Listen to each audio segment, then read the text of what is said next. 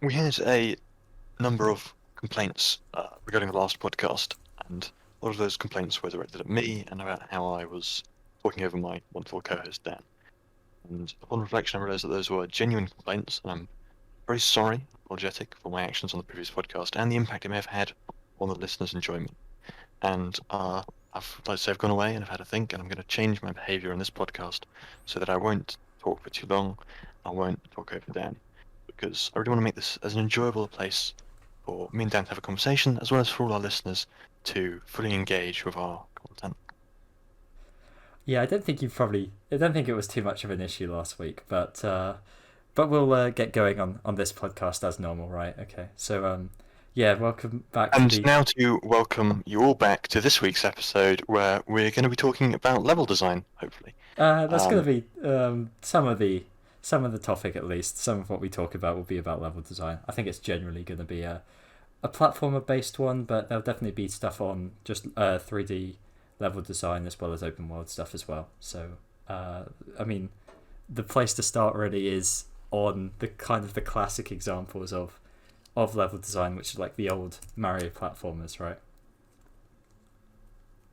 yeah, of which I have absolutely no experience. So Awesome. Yeah. So you're, if you're, we take it back really early. So we're talking like the very first Mario Bros. Game. So 1-1 on the first game for the Nintendo Entertainment System.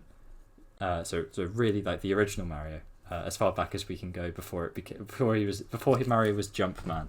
But now this is Mario as Mario. So Mario 1-1 is the first level of Mario, a game that existed, and there were other 2D platformers at the time, but Mario was the first one which was obviously gonna be a huge game for the system, and it was quite important, obviously, for people playing this kind of game for the first time to understand exactly how it worked. You know, video game literacy wasn't quite as common as it is now, so you need to try and communicate through the level how you're gonna get people to understand how the game works. I've just looked up some images of this one. This is like the very, very simple, sort of like slightly red blocky Yeah, blocks on it. red Like, blocky. okay, yeah. Yeah, so I So, mean, even if you haven't played, the original Mario Bros, you'll definitely have seen it before. yeah. Um, so you understand basically the general concept of the game is you start on the left, you go into the right, and you got to avoid the Goombas, and you got to get to the flagpole. That's basically the game, right? So it's nice and simple. Yeah. But with people that haven't played video games before, even something like that is I guess fairly difficult to understand. They're not used to People aren't used to going right as like a well, they need to go right. So the first thing that the game does is it starts Mario right on the left hand side of the screen, so you got a lot more of the right to walk into. For the whole game, he pretty much Mario's Mhm. central, but it's just this very start of the first level where he's positioned on the left hand side, so he has to walk off to the right so the camera can focus on him. So it's just a way of kind of saying, there's more sort of a free space to your right hand side, so walk into that basically. So pretty simple to sort of tell you which way to go, and you're just meant to keep following. And the fact it can't back scroll as well is like, Mm. it's basically just saying, you've got one direction that you're meant to go in, so follow that. And yeah, so that's basically how it begins, right? Um, Yeah. Quickly, and does the game come with like a tutorial or instructions, or is it all sort of you have to intuitively figure out so what to do? there's no tutorial in the game. So the game starts, you would load up, the first level, and it just puts you straight there. There's no text boxes or anything like that. No like tutorial actually sort of baked into the game itself, like you see with so many sort of modern ones, which would tell you like, oh, you run by holding the B button or something. There's none of that. Yeah, Um, yeah. I honestly cannot tell you whether there was like a instruction manual that came in the box of the game. It very possibly could have been the case. Mm. It was quite a common thing up until kind of the end of the Wii era, that there would be instruction manuals inside the game boxes and stuff. So Mm. I'd probably have expected this to be something that was the case, but people wouldn't have read them. Not always, anyway. Uh, I remember I didn't read too many of the instruction manuals other than like on the way back from buying a game, like in the car. I was like, I can't play Mario Galaxy yet, so I'll just read about how to play it so I can spend more time playing it and less time learning. That kind of idea. But so yeah, I guess going in, you assume that the people playing it don't really know what they're doing, and that's what 1-1 does really well. Is it assumes no one knows what they're doing, to the small list of details, and it designs the level kind of around that. So, I mean, the first thing that kind of happens is once you've walked right for just a little bit, there's no danger immediately, but you get to a question block and a Goomba. And you maybe haven't played that much Mario, but you know what a question block and a Goomba are. I mean, Goombas are the little brown things, right? Yeah, the Goombas are the little brown things. Yeah, so you want to avoid them, and it makes sense that the standard Mario thing is you jump on the head of a Goomba. Yeah. In 3D, there's usually a different way of dealing with them, but in 2D, it's always jump on the Goomba's head or hit him with like a fireball or something. But we're not there yet. We're just simply you got to jump on the Goomba's head. Now we might not know that as someone playing a video game for the first time, that the way to defeat the little enemy is to jump on its head. It's not something that is not something that may come naturally to a lot of people, which is fair enough. It doesn't follow that you end up jumping on people's heads in real life. So the video game is slightly different in that sense. But when you get to the question block, you're also sort of looking at that and thinking like, do I jump into this? Is this something that I can collect type thing? Yeah. Something I can interact with. Yeah. So the question block is positioned on the left with the Goomba walking towards you, and it's at such a height that if you've walked up to it and jumped underneath it, it should line up that the Goomba walks underneath you as you're falling, and so that you'd land on the Goomba. And then you get that little sound effect, which is like, oh, you've done something good, which comes from the question block, getting the coin, but it kind of it's that positive feedback of you've done something good. Go out and kill more Goombas. Go out and kill more Goombas, yeah. And I guess if you haven't lined it up, if you ended up getting hit by the Goomba instead of doing it, you will die, and the level will reset to like 5 seconds earlier. So it would be like nice and simple, in terms of that is bad. Getting hit by the Goomba, running into it is bad, and then you find out that jumping on its head is good. Quite a simple introductory idea, but it's definitely something that works really well, and yeah, you can sort of see how that would teach someone quite simply about like question block good, and you'll get something from it, and Goomba bad, don't run into it. Yeah. I can see as well how this can like continue on with the rest of the game, where you introduce gradually more complex mechanics or sort of things to do. Yeah. You can sort of intuitively try to get the player to learn how to resolve them. Yeah, in general, you're looking at other enemies, and they're moving from the right-hand side to the left-hand side, sort of towards you, and you're like, well, you see the Goomba doing that, and it kind of links those two ideas together. Things that start left and move right tend to be good. Things that start right and move left tend to be bad. I guess the next immediate thing is like the mushroom. So that like right after you beat that Goomba, there's another set of question blocks, and one of them has a mushroom in it. And again, mushroom increases your size. It gives you effectively an extra hit, and so it's good. But you've just seen a Goomba walking by, and you're like, oh, maybe I shouldn't get this mushroom. So you are presented with a choice. You can try and jump over it as it walks by, but the position you are in underneath the set of question blocks for this second one is like, if you jump, you hit your head and you come back down, so it's quite difficult to actually jump over it. Yeah. And so you've got to make a conscious sort of choice to jump over it, and obviously if you end up getting it, you increase in size, you get another sound effect that sounds positive, and you later find out that this is a good thing that you've got this. So it's an illusion of choice almost, because it makes you feel like you can avoid it, but then when you get it, it's like, oh, actually that was good. That was a good thing to get. Yeah. That's kind of how the level starts anyway. I mean, there's other bits on there, like You've got like safe training, where it's like introduces an idea of, oh, there's a little pyramid that you can jump over one side of, and it's to show you how to run and jump basically at the same time.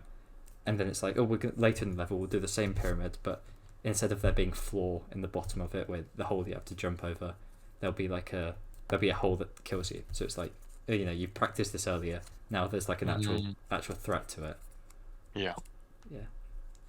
So it's quite a simple idea, but at the time it was like, you got to get a whole new generation of people, or like several new generations of people, even to understand how this works, without any of like your tutorials and stuff. And so it was really quite a good way of giving the game quite a large appeal, especially in a time when a bunch of the games that were coming out to other systems, to this system slightly later, but it was less so with the Nintendo ones because of the kind of the quality that they tried to have on the console. But with all the games coming out, like lots of them were difficult to understand, and it did end up like leading to with like America and stuff just having the whole video game crash of '83, sort of just before this, and that was due to partially because some of the games that were coming out were just like so difficult to understand what to actually do,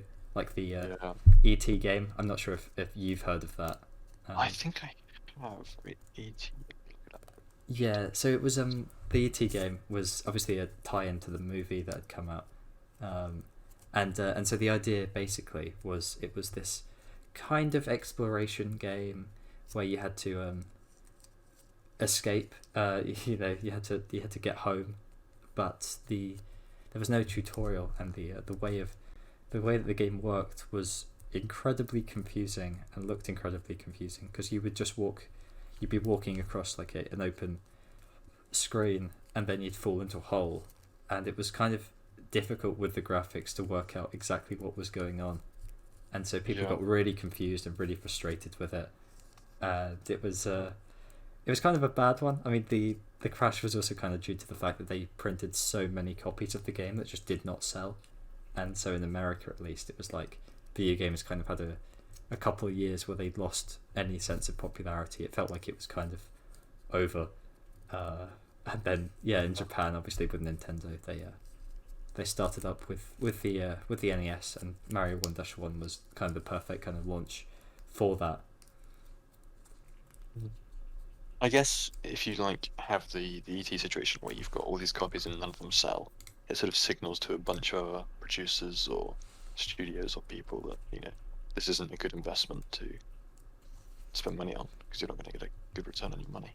Yeah, it felt like this could easily have been like a couple of year long fad where people would get bored, and we saw like people aren't buying the new game, people aren't buying this new tie-in game to this huge movie that people are still going out and seeing, so people must have lost interest, so it's not financially viable to keep producing these games. Was 1-1 intended just for like Japanese audiences, or was it intended for like a more sort of global? Well, at the time, it was always planned that the NES was going to be, as long as it was at least semi-successful, it was going to launch in America and across the world. But it did have a period of I'm actually not sure how long it was. It may have been a couple of years, or it might have only been about a year, where it was exclusive to Japan. And so initially it was just basically focused on getting people that understood to understand sort of how the game worked, and that was the primary thing, rather than like showing American audiences, hey, games can work properly and they can be understandable. But that was probably in mind with what was going on in America over the last couple of years. Because I'm wondering as well if there's any incentive to try and like produce a kind of game which works regardless of what your language is, or your any sort of like cultural experience and that sort of thing.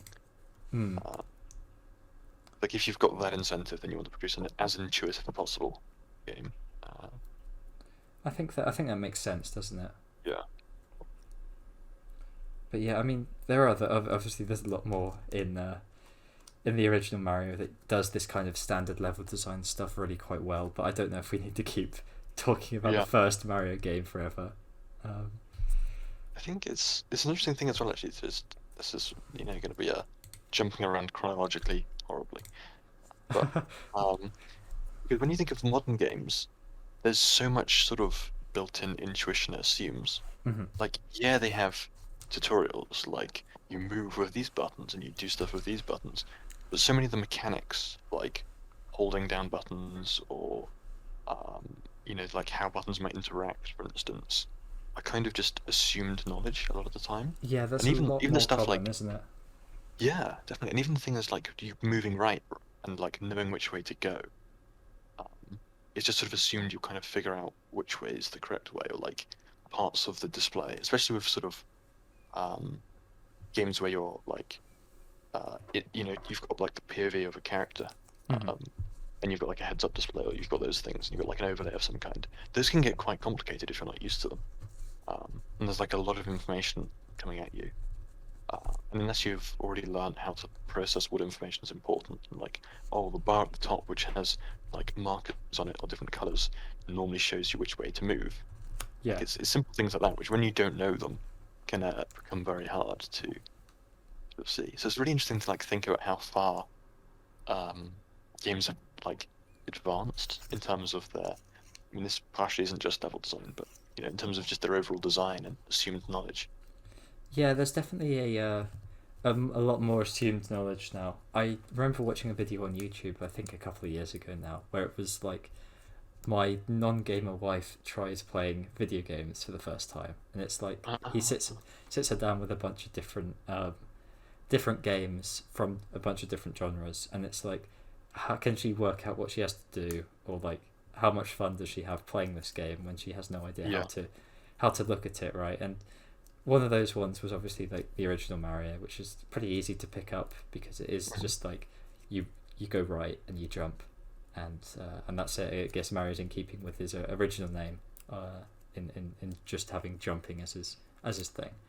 But later on, it's like some of the games are just really quite difficult to grasp what to do, and Yeah. so it's like, even things like, oh, press the B button to open your bag. Lots of people that haven't played that many games will have to look down at the controller and work out which one is the right button, and that can be quite difficult if you're thrust into having to do several things at once. Yes. Because I imagine information overload as well is a big thing. Yeah, I know there are little bits that some games do which is quite helpful for this, like in Breath of the Wild. And again, as you say, we're jumping about chronologically quite a lot here. But with Breath of the Wild, it's like if you want to swap weapon, it says to hold down the right button, and it shows the whole like the D-pad basically, and highlights the one that you're meant to press. Yeah. Which is just a tiny little thing, but it just makes it a little bit more easy from like putting everything into kind of the perspective of where the other buttons are, so you can feel a little bit more easily. Yeah. As well, like the first time you meet a button as well, it can sometimes be useful to show where it is, because I feel like, I don't know if I had this or if I've heard about someone who had this, but I think it was like the left trigger and right trigger buttons on the Xbox, which are actually, if you press down like the sticks, that's another button, as opposed to just moving the stick around. And I think I actually had this where I had to go and look up what like this actually meant, because I was trying to press all the buttons. Like it's not this button, it's not this button, it's not, where the fuck is this button? Sometimes it's really difficult because you got the I mean on the some of those controllers, you've got like the bumpers and the triggers, and then the analog stick has its button there as well, which is so difficult to name as well, because they call it like a thumbstick button or something. I'm trying to remember, because you definitely have like left trigger, right trigger, left bumper, right bumper. And you also had like left something, right something for that actual button. Yeah. I don't think it was T. Maybe it was like stick or something, like LS, RS or something maybe. They abbreviate it, which isn't particularly helpful. Yeah, not at all. Because they don't, because you can't really assume, they can't really assume that you'd know what LT stands for, or that the trigger has a button that you can push down. Yeah. I say the analog stick button or whatever it is. Mm.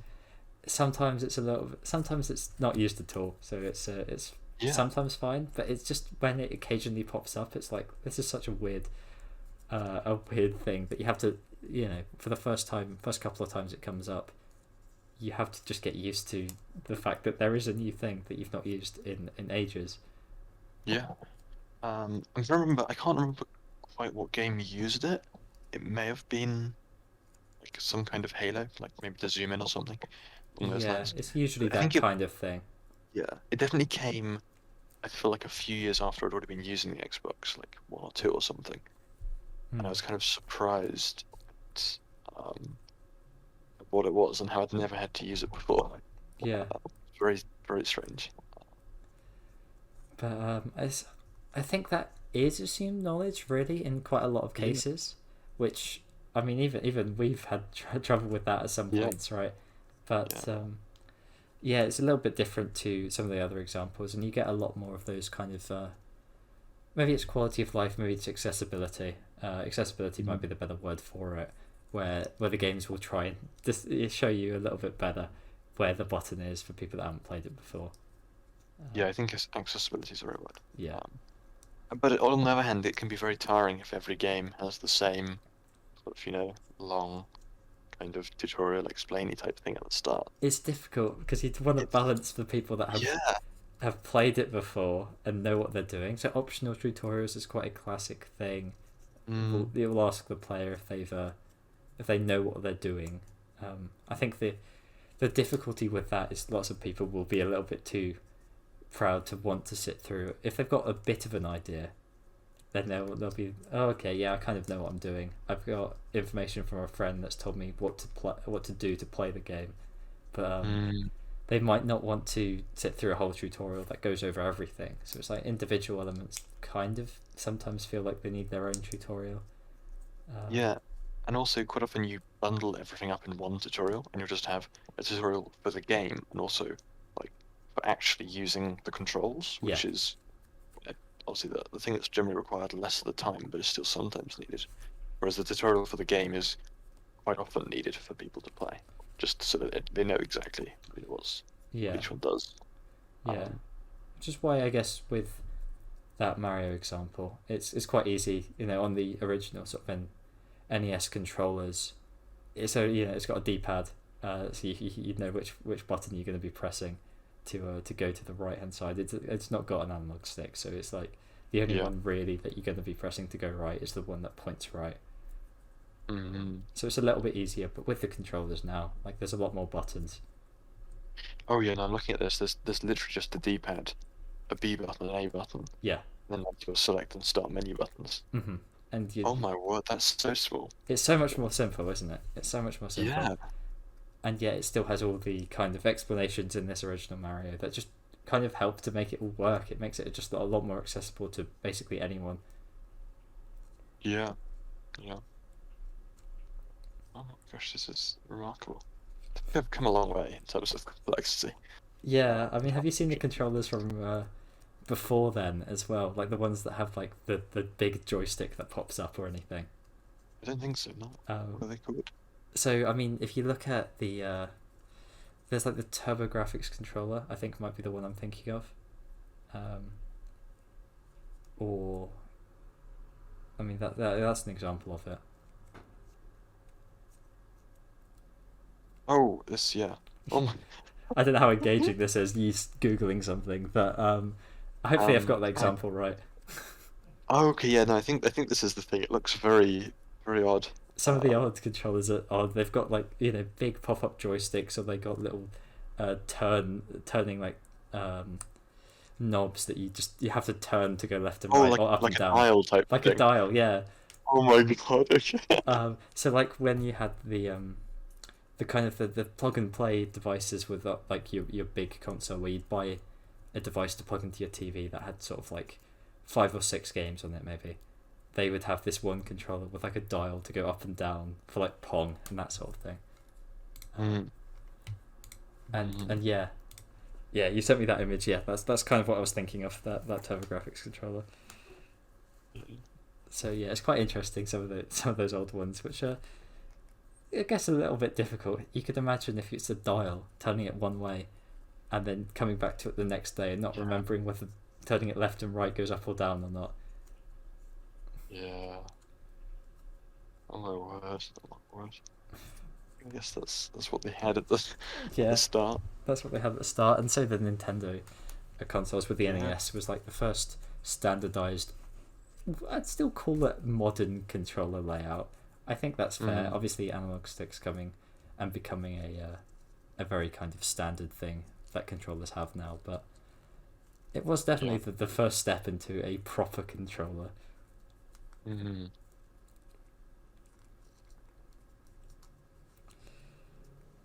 Yeah. Oh, I'm just thinking like the Xbox controller again to remember it. Yeah. Oh my gosh, what's from that? How far? How far? How far we've come. Yeah. Do you think game design is limited by controller design, or do you think controller design is prompted by game design?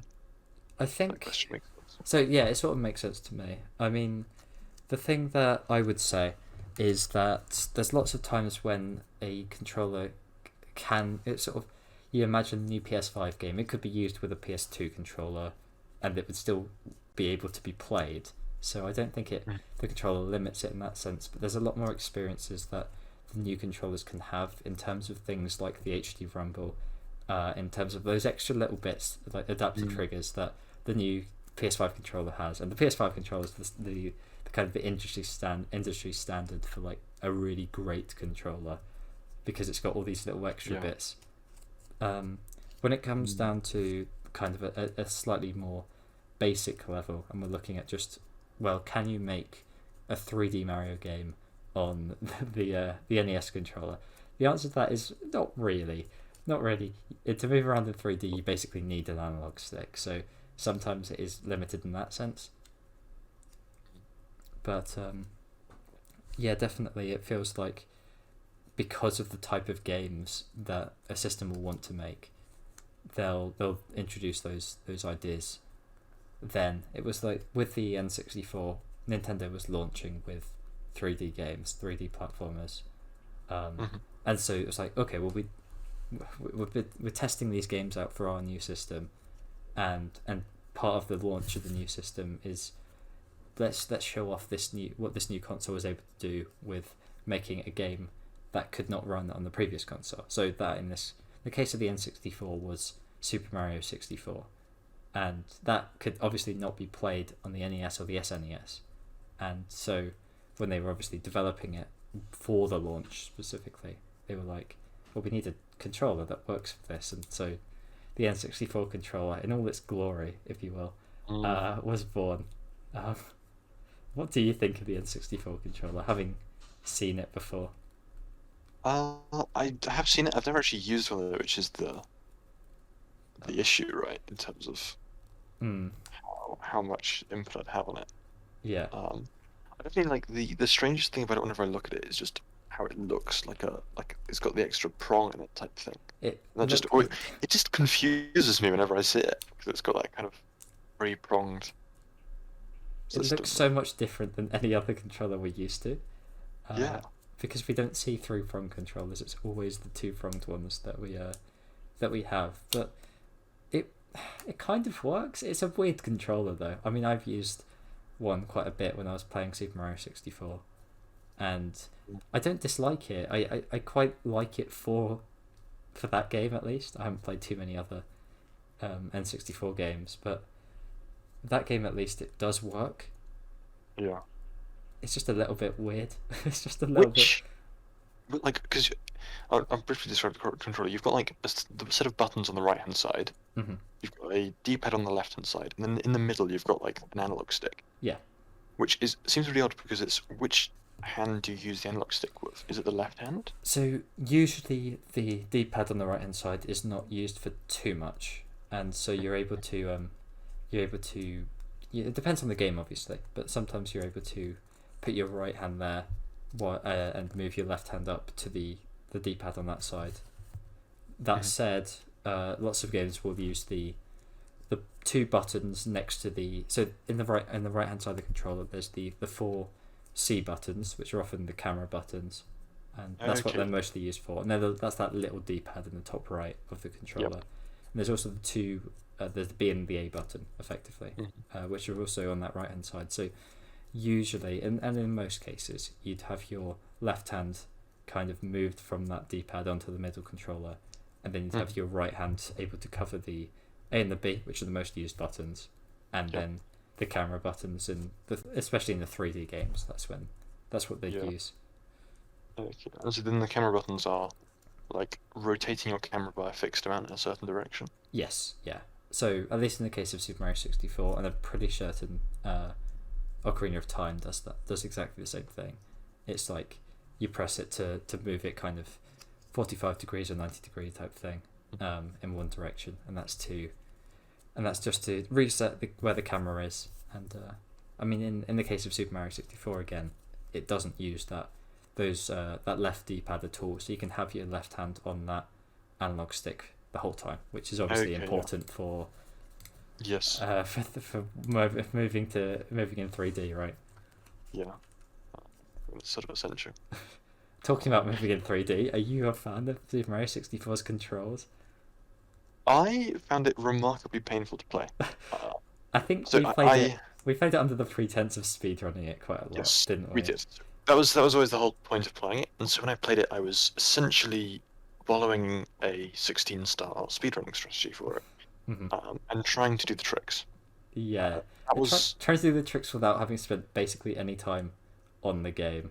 Yes, and that was definitely kind of awkward. I think also there was the factor that we did this a year and a half, 2 years ago maybe.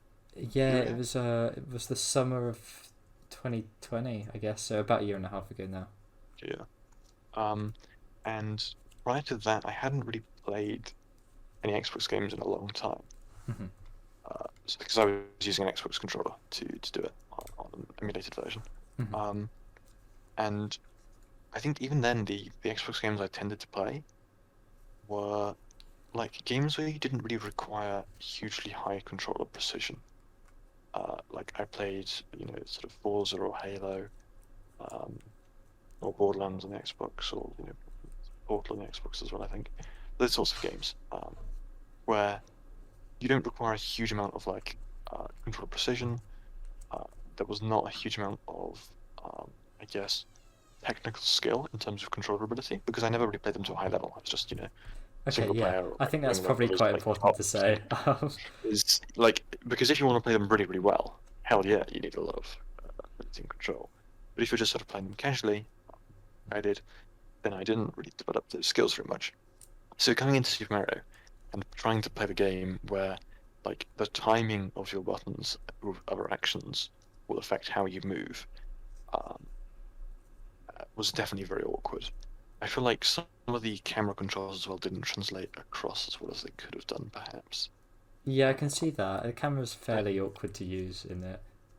Because I think I was using, and maybe it's just because I was not at all used to the camera, and I wasn't used to having a third-person view of the character as well.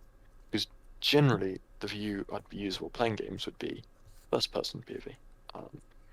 And when you're in first-person POV, if you move your movement stick, you either move around or you move your field of vision. Yeah. And your movement is normally relative to your field of vision, which I think is also the case in Super Mario, right? If you move your camera and you still hold forward, do you go a different direction? Yeah, it is a bit different. Yeah. So it was kind of weird as well to play it from really a third-person perspective rather than first-person perspective. And there were all these things bundled up together that made it difficult, very unenjoyable. Difficult. Very difficult. Yeah. It's because I mean I guess the first trick would be bomb clip, right?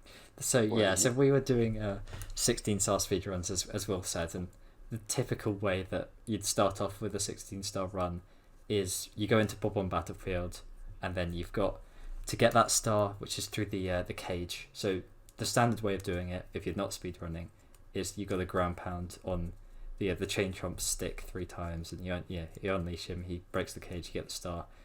And the quicker way of doing it is the unintentional way, of picking up the bomb which is near to the area, and then you what you've got to do is you jump once and you jump the second time while throwing the bomb, basically, and you've got to catch the bomb, and it gives you like a lot of backwards momentum that pushes you towards the cage, and then you've got to throw it, and the backwards momentum and the fact that the certain amount of frames that the game runs at will push you through the cage, and you're able to get the star without destroying the cage, basically. So that's like the overview of the trick. It sounds, not that complicated in the abstract sense. And when you watch people do it, it looks very like kind of clean and quick. They just run, pick up a thing, jump, chuck it, or jumping, catch it, to through. And it's definitely one of the easier tricks in the run, right? Like I'd say so, yeah. It normally is not gonna like if you miss it, you can just restart because it's early enough up and on the run that you can. Normally you hit it probably with like a 99%, confidence level or something when you get actually good at running. It took me, I think, was it 40 minutes or was it over an hour to do it? I was thinking about this earlier because obviously Dan started playing it, but I was thinking it probably took you over an hour. I think it may have been about an hour 20 or something. Yeah, I was thinking that. Because I didn't want to do the ground pounding the pole approach.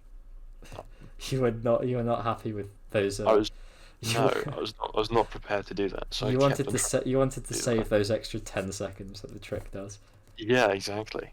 And I think it was actually the longest I spent on any trick in the run. Yeah, you tried a few. Jumps work quicker. You tried a few other ones later on, and none of them went quite as badly as that one. So obviously it was a case of getting used to the controls as well as everything else. But would have been a factor.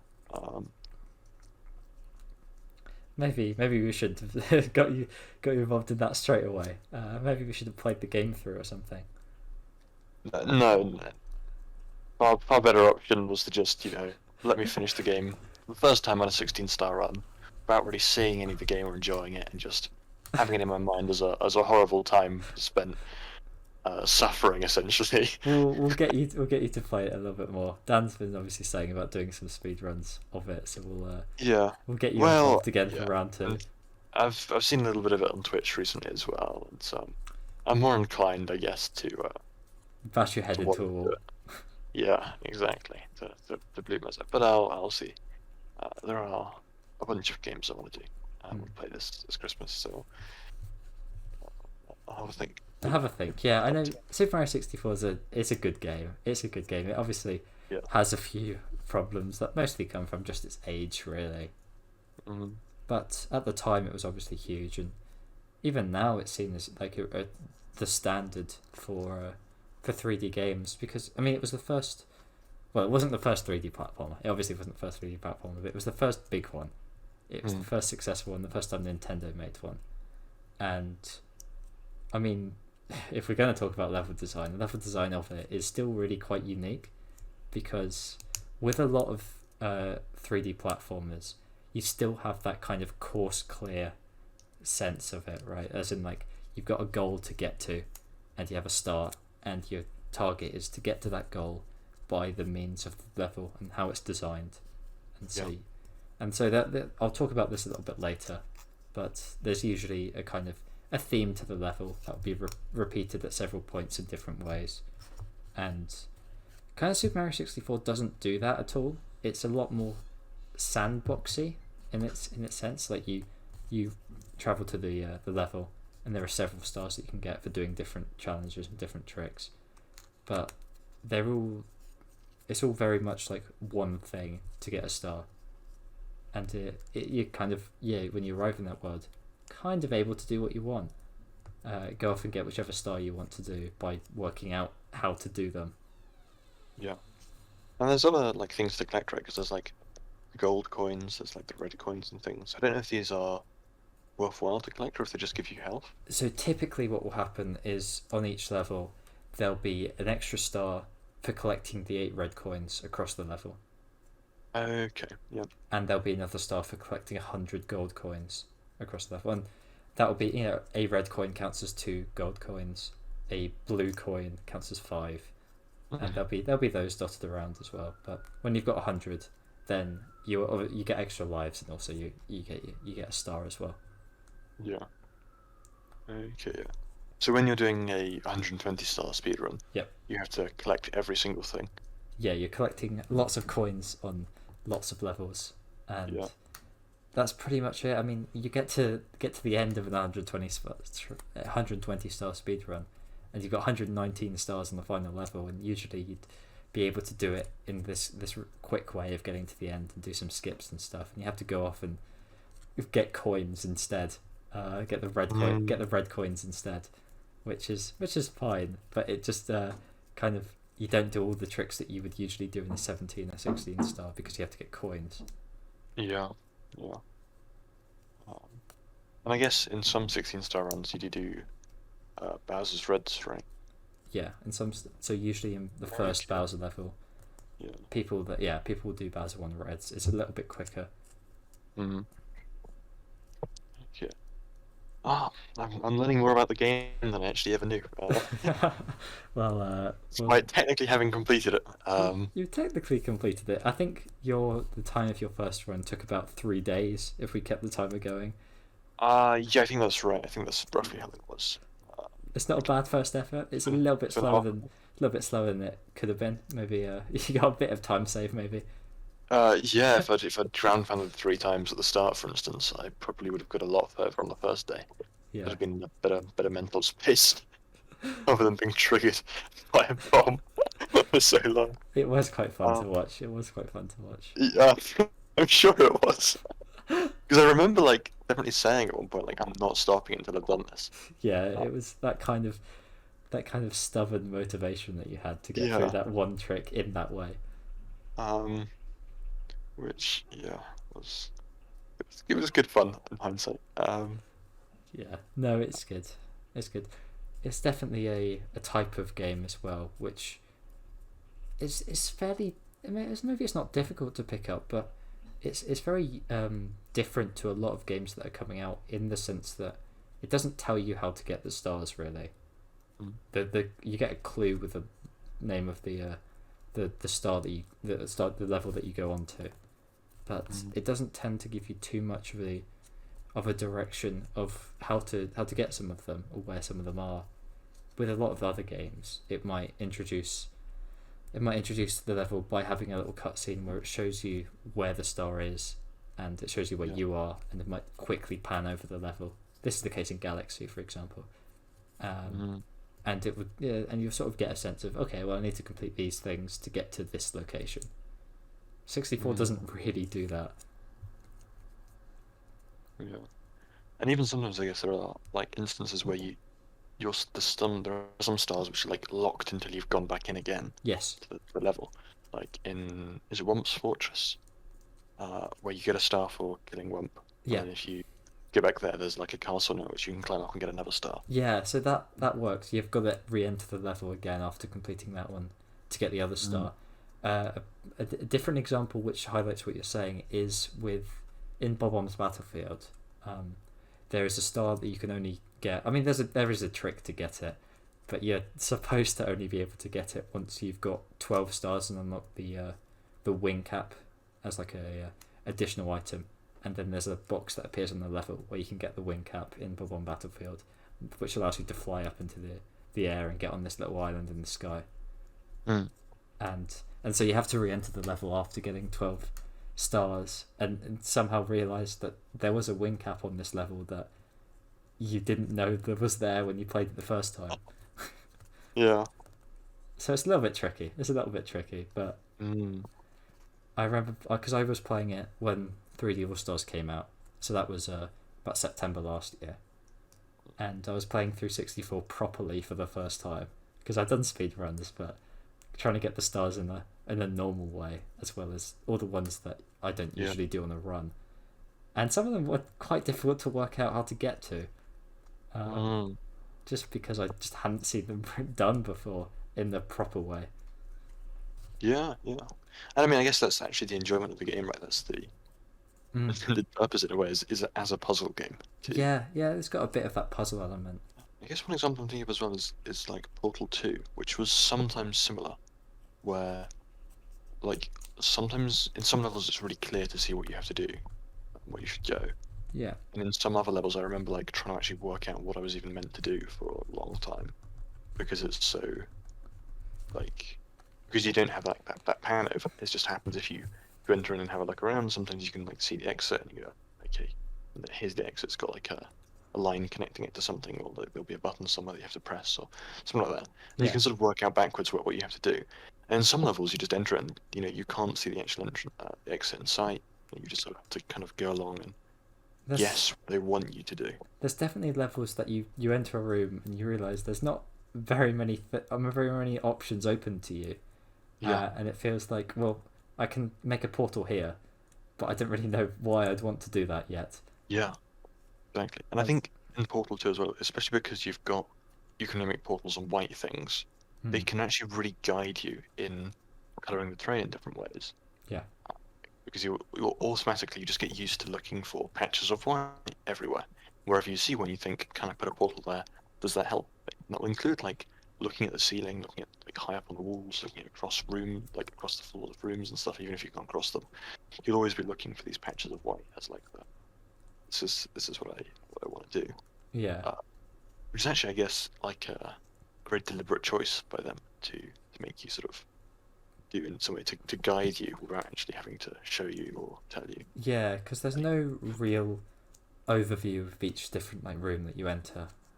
So it is working it out from zero and from what you've previously used, and seeing how you can approach the different challenges, right? And it is. Yeah.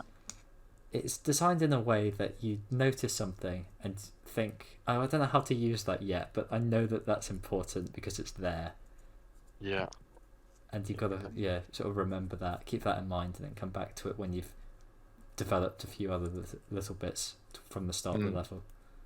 Which I guess would probably make it kind of a lot easier than actually Super Mario 64, because you are very much being guided. There's no like sandboxy return to this type element type stuff. It's kind of a fairly linear in its progression. It's fairly linear, as in it's a much more course clear style of level, just without that level overview that we kind of spoke about. It's definitely a different way of designing it, but obviously it's Portal 2. Everyone knows it's how well it's made, and there's a reason why it's sort of seen as like a standard again for puzzle game design. I'm trying to think. I haven't played enough of these 3D puzzle games to really know. Yeah, I think there's a lot of examples of games that have a puzzle in some way, and they may not be puzzle games, but I think even with things like Skyrim, right? You've got puzzles in some of the dungeons that you go into. Yeah, that's true. You have like aligning certain pillars or that sort of type of thing. Trying to find like hidden levers and things. Hidden levers. You got to rotate some things in certain ways to get them to line up with something on the wall. That kind of idea. Yeah. And it's examples of ones like that where it's like it's not guided, but you've had a kind of a bit of practice with them previously in the game. Yeah. But you're able to work out what sort of thing needs doing. And some of them are quite formulaic as well. Like a lot of the dungeons have like a dragon's claw, which on the actual claw, you have to like go into your inventory and inspect the item, and look at like the palm of the claw to see like the 3 symbols, which is quite a cool way of doing it in terms of like getting you to actually use your inspect item part of the inventory, which normally people don't really use if you're just playing through a game. Maybe occasionally you go, oh, this looks cool, I'm gonna inspect this cool armor, but it's sort of a way of like reminding you that there's a feature in the game and this is how you're supposed to solve the puzzles, is by like looking at the item in your inventory. Yeah, everything kind of links back to those ideas of the game design more than the level design, but it kind of gets the different elements of it interacting with each other, which is a way to make everything feel a little bit more cohesive. Yeah, and I think Skyrim is, I guess, sort of similar in a way to Super Mario, because it's that sandboxy type vibe, sort of sandboxy setup. It's not a vibe. It is just a setup. It's a type of game, isn't it? It's a type of game. It's not a. Some things shouldn't be vibes. Okay. It's a type of game. You do sort of have to look around sometimes for like where you should be going and get used to like looking for the intended path Yeah, to because there's definitely some cases in Skyrim it can get like kind of dark and gloomy in certain levels. There's some stuff that's kind of hidden and you can get sort of confused and lost in some areas. So there is like an element to that of like how do you design environments and levels which sort of feel kind of natural in a sense, because Skyrim does want to be like this kind of, role-playing game of going around with a sense of realism to it. yep, As much realism as you can have in a of course, fantasy right. like that. Yeah, you want it to look like bandits actually do live in this camp and use this camp, and you want it to look like this people actually live in this town, or like, animals actually live in this cave type thing. And so one of the things you have to get balanced there is making the cave sort of linear and guided in how it goes, while also making sort of there be enough like turnings off and little things hidden here and there, make it interesting and enjoyable to hunt for stuff. Yeah, Um, it definitely feels in Skyrim, and I haven't played loads and loads of Skyrim, so I don't know if this is necessarily true, but it feels like you've kind of got the dungeons as a slightly more linear, but also it still wants to keep that sense of realism. yeah, And then obviously the open world has its own kind of open world level design, or open world design, I guess. yeah. I think I definitely agree. The dungeons are generally a lot more linear, and sometimes they'll sort of have like maybe multiple quests might occur in the same dungeon Yeah. here and there to try and make it so that there's different parts that you can explore at different times and that sort of thing. Mm-hmm. Definitely the open world is where you really get your, exploring and fun. Like I still remember the joy of like finding a chest in a tree, Yeah. like to like pick it open and find, like some loot in there, and you just think just randomly there in the middle of nowhere and like a part of a fallen over tree trunk or something, um, which is really enjoyable. It's one of the strengths of open world games is in that way, and sandbox games in general, where you can hide things in places, and some of your players will find that thing. Maybe not all of them, but some of them Yeah. will. Some of them will get great enjoyment out of finding the thing. Is it the sort of examples where they're hidden in a way that rewards the player for finding them, Yeah, rewards the player for kind of going out of their way to have a look around? yeah, Because I think my favorite example of that is with Super Mario Odyssey. So again, we're going back to Mario. I think this is quite a theme that I'm going to be doing. yeah, Nintendo, my Nintendo side is taking over here. But going to Mario Odyssey, and it's a different one. It's a different example. It's fine.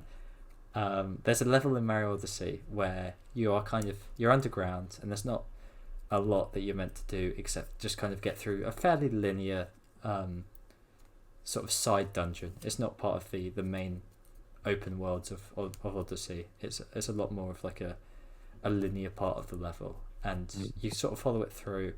And at the end of this section, there's like a pyramid that you're meant to go into, and it's quite simple. You just go through the door. But the developers of the game thought, well, there's going to be people that try and climb on top of this, and so it was like, oh, we haven't designed a way for you to get on top of it, but just the way the physics work and how Mario can interact with ledges and so on. There'll probably be people that find a way to get to the top. So we're going to just put a load of coins up the top to basically reward anyone that's been able to get up here. Now, coins in Odyssey don't do loads and loads. You can your lives are linked to coins rather than like a live tally system. And you can use the coins to buy a few cosmetics and stuff, but you get loads of coins over the course of the game anyway. Yeah. So it's just a really nice little way of them saying, like, well done for getting up here. It's an extra challenge that you basically set for yourself, and you've completed it, so we've got to give you something. Yeah. Yeah, that's definitely fair. I think I remember as well in just Skyrim, like the mentality of if you see something, you can get there. Yes. Yeah. I think that's one of the very big like selling points with Skyrim. And as a result, you do just find these like random things in the most odd places sometimes. Yeah. Sure. Maybe intended, maybe not. You're just looking through an environment and you see something that seems that maybe that's a bit different. That's been put here. And it's just slightly different from the environment that I've been walking through for the last 2 minutes. So let me go and check that out while I'm on my way. Yeah. And yeah, there's usually some reason that is there. something to Yes. interact with. Yeah. Um, and definitely, I think one of the things you can do is you can put like Easter eggs around places in this way. Yeah. Uh, so I know in Borderlands 2, there's this one level where if you sort of follow this route along, and the way Borderlands 2 actually works is, in general, you sort of have a map, and when you walk into areas, you'll like discover them and get some like XP, and you'll sort of reveal the area on the map. So like you kind of, I think you revealed the area. Maybe you've got the whole map revealed to you, but quite easily you can like look at the whole map, so you vaguely know where you can go, and like the areas you can explore if you wanted to go and find them, Yeah. because they'll be on the map. Um, but this sort of area was like actually off the map, and so you have to sort of like be actively trying to get somewhere you shouldn't be in a way. And if you follow it through, you end up in this area where they've got like Minecraft block textures, and you Sure. can sort of fight these unique um, Minecraft mobs, and sort of it's like this little bit where it's like you have to like mine your way through some blocks, and you get some cosmetics out of it, and it's just a really nice little Easter egg there, and you only find that by trying to go where you shouldn't and trying to explore where you're not supposed to go. Yeah. Well, you are supposed to go there because they Yep. put it there, but not directly supposed to go, and there's no way you'd actually get there if you sort of just did what the game directly told you to. Sure. Which is, it's a really nice way of like rewarding that desire for players to go and find stuff and explore. Just going off on their own, really, to have a look around this world Yeah. that's been created, I guess, for the player. But it's as they look around, it's sort of engage with other things. It allows them to have that sense of that feeling of a reward of looking around as well, which is quite good. Yeah, definitely. On another part as well, I guess it makes the players spend more time in the game, so they Yeah, feel like that's they've another enjoyed it thing, more. right? That's another thing. They're I've- encouraged to look for stuff. I think with open world games it works really well because there is just a lot there, and it just Yeah. makes if you've got a big kind of maybe a forest or something, and lots of it will feel the same, but having these Yeah. little other environments to interact with will just break up the kind of monotony as such. I mean, it usually isn't too monotonous to walk through a forest because there's something going on, but Yeah. it No, I breaks up absolutely agree. the environment with some other things to engage with. It's just more like diversity in how you're spending the time playing. Yeah. I mean, definitely going back to like the case of Skyrim, like they have a fast traveling system which I generally use most of the time because it was so much quicker and saved Yeah. so much time. Of course. But I did try and do some playthroughs where I had to try to not use the fast traveling system. Yeah. And you do sort of realize that it does it's nice and calm in a way, but you can get so sidetracked going somewhere Oh, because of all the definitely. different things you run into, because I've put them there to make it interesting. Yeah. It's great fun actually how you start off, going, all right, I need to go off and travel to another city or something, and by the time you've got there, you've gone up like 3 levels or something and got a ton more loot, and you've like Yeah. bought and sold stuff along the way when you've ran into small villages and things. It's exactly like that with so Yeah. many of those properly crafted open world games, Yeah, because it's a case of you see that mountain, you can climb that mountain, and so you want to climb that mountain.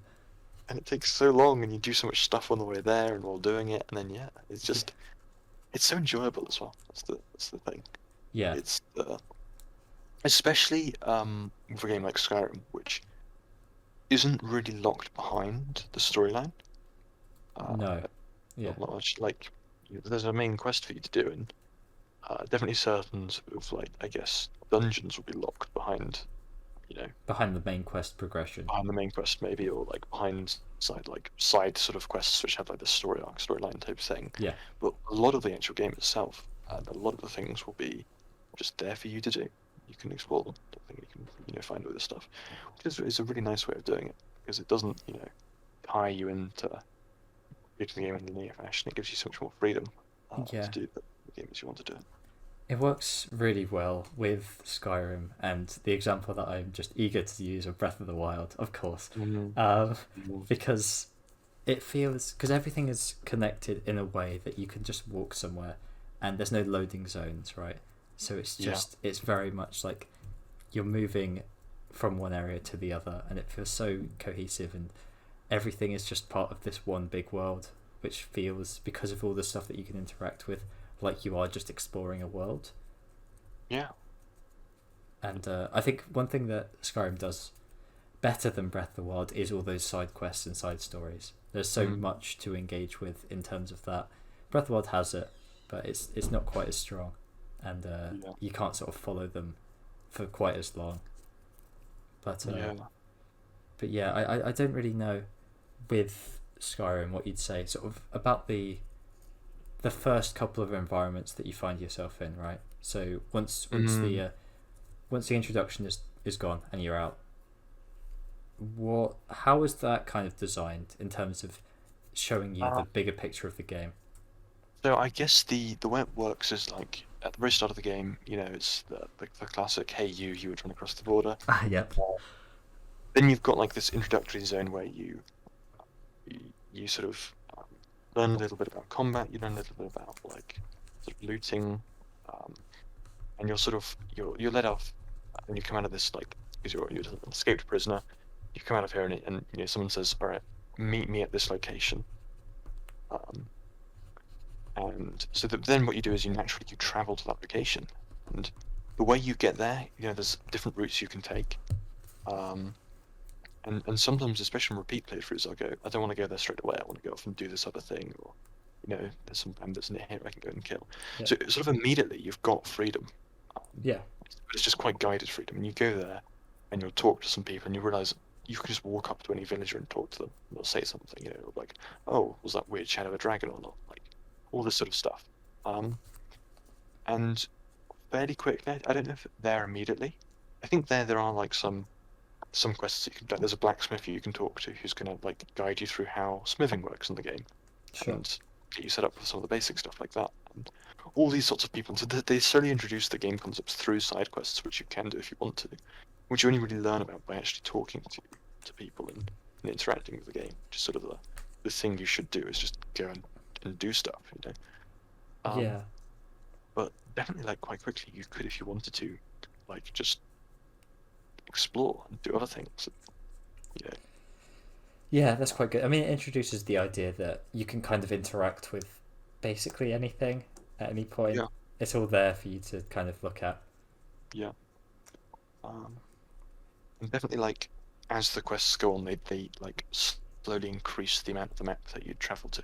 Yeah. So some of the first ones, you're sort of in the same area, but you might you might have chance encounters with people that will start like the Civil War sideline. The Civil War sideline like takes you sort of all over Skyrim. And is it called Skyrim? What's the place called? I've forgotten what the place is called. What's your location? I can't remember. Maybe it's Skyrim. Yeah, I think you're right. People of Skyrim. I think it is Skyrim actually. Yeah. Yeah, I thought you were right. I was just like saying it. I was like, is that right? It sounds right. I'm pretty sure you're right as well. Yeah. It's been a while since we need to replay it. Both of us should probably know this, but I'm fairly sure you're right. Yeah. But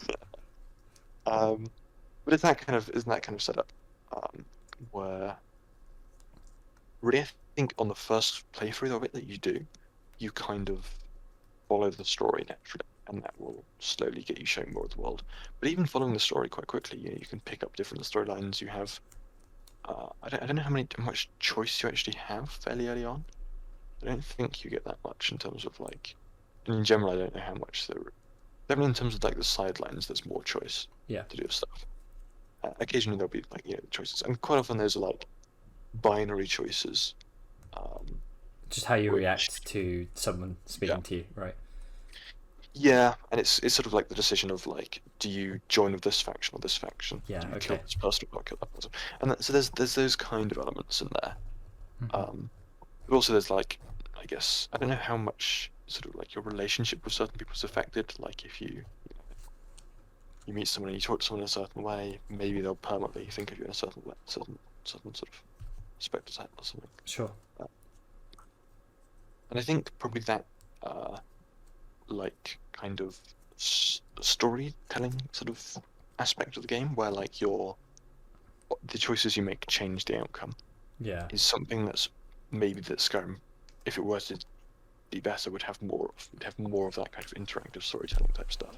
Well, you've always got Elder Scrolls 6, right? Yeah, which is coming at some point. Coming at I some haven't played point. it as well. Yeah, it'll happen. Maybe it will happen. Because I think in The Witcher 3, you have like different end outcomes.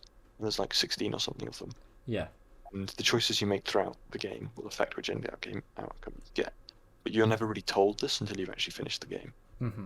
Um, You kind of realize at the end that the things that you were doing yeah, over the course of the game have kind of added up. yeah, and it's those sorts of things. Hmm.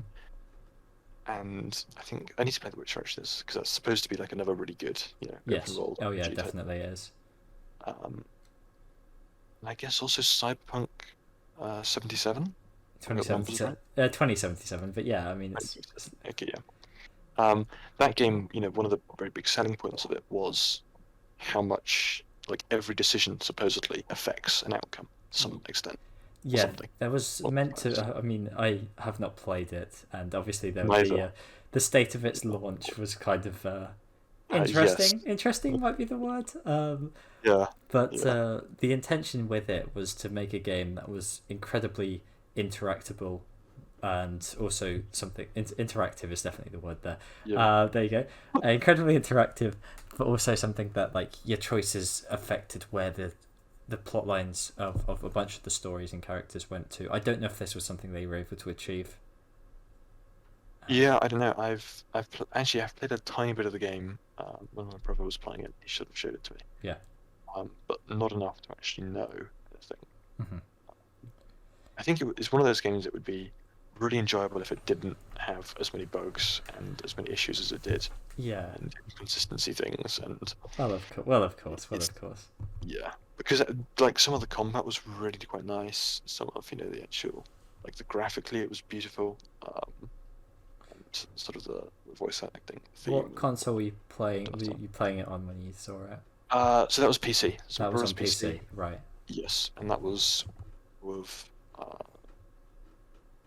a fairly good setup, and it was pretty good to look at. Which is definitely one of the issues of it is it was very graphically intense. Yeah. Uh, I remember seeing kind of how it ran on the PS4, and it just kind of didn't. It just yeah. sort of didn't. I mean, I think at the time my brother's computer was like 1 year old or something. Most of the components were. Okay. And it was yeah, it was very intense. Yeah. His computer was intended to actually do 3D modeling, so it's that kind of like Okay. Yeah. So level of graphics required. And I think my other brother who was playing it, also on a different computer, didn't actually have enough to play it smoothly. His wasn't good enough to play it smoothly. And so he had to like upgrade yeah, partially for that. it was quite a difficult launch. Let's go with that. But Yeah, I feel like if it had been in development for like another 2 years, it probably sort would have of been enough time. it sort of obviously felt that they needed a bit more time with it. But that's just how it Yeah. is. That's just how it is. Yeah. Uh, it's true. Hmm. I mean, I'd like to talk about Breath of the Wild, and since we're on the open world Oh, topic, yeah, yes. I think yeah, it's one that I think this is my time to chime in with my Breath of the Wild conversation. yes. Absolutely, Now, absolutely. I've so far avoided talking about Galaxy, though. Well, I've actually mentioned it, so maybe I haven't. But I can talk about my second favorite game now in Breath of the Wild, and we were talking a little bit earlier about like how an open world will set up, and so when in Skyrim you get out of that first kind of it's very linear, the tutorial bit where you've got Yeah. one way of escaping the city, right? And Yeah. once they're out, you're kind of given all that freedom, and Breath of the Wild instantly it gives you a false sense of complete freedom because it gives it the location that you're in at the start, the Great Plateau, is large. It's very big. It probably takes about 10 minutes to go from 15 minutes to go from one side to the other, which is quite large for an introduction zone. Yeah. And I mean, it's probably closer to 15 minutes, and you can kind of go wherever you want in this zone, and there's all these kind of different environments. You've got ones where it's like you've got a forest, you've got a bunch of mountains, you've got a snowy area, which teaches you about the weather system in the game, and how like if you're somewhere really cold and you're not wearing warm clothes, then you're going to start taking a bit of damage. That sort of idea. Yeah. But Breath of the Wild, the Great Plateau, you have all your introductory bits, which they're kind of linear in the sense that you have to do them, but you can kind of just wander off into the forest before doing them if you want to. There's no reason to do it. But yeah, you follow the first little bit, and then he says basically there are 4 things in the Great Plateau. Go and find them, and then come back here. So you're instantly given go off and find these 4 things, find these 4 shrines in the area, and you have all these different environments to kind of go to. As I said, all, like the snowy one, the mountain one, and it kind of teaches you about the basic kind of mechanics in Breath of the Wild, where the climbing is quite a big part of the movement of Breath of the Wild, being basically able to climb anything. So it's like all these cliffs, and it's like, well, you can't get to the top of the cliff because you run out of energy. So you've got to find a way to traverse up it and find ledges that you can kind of just camp at to get your energy back before you keep climbing. Yeah. And so that's what that environment does. I already talked about the snowy one. And then you've got one that's just by some little lakes and stuff.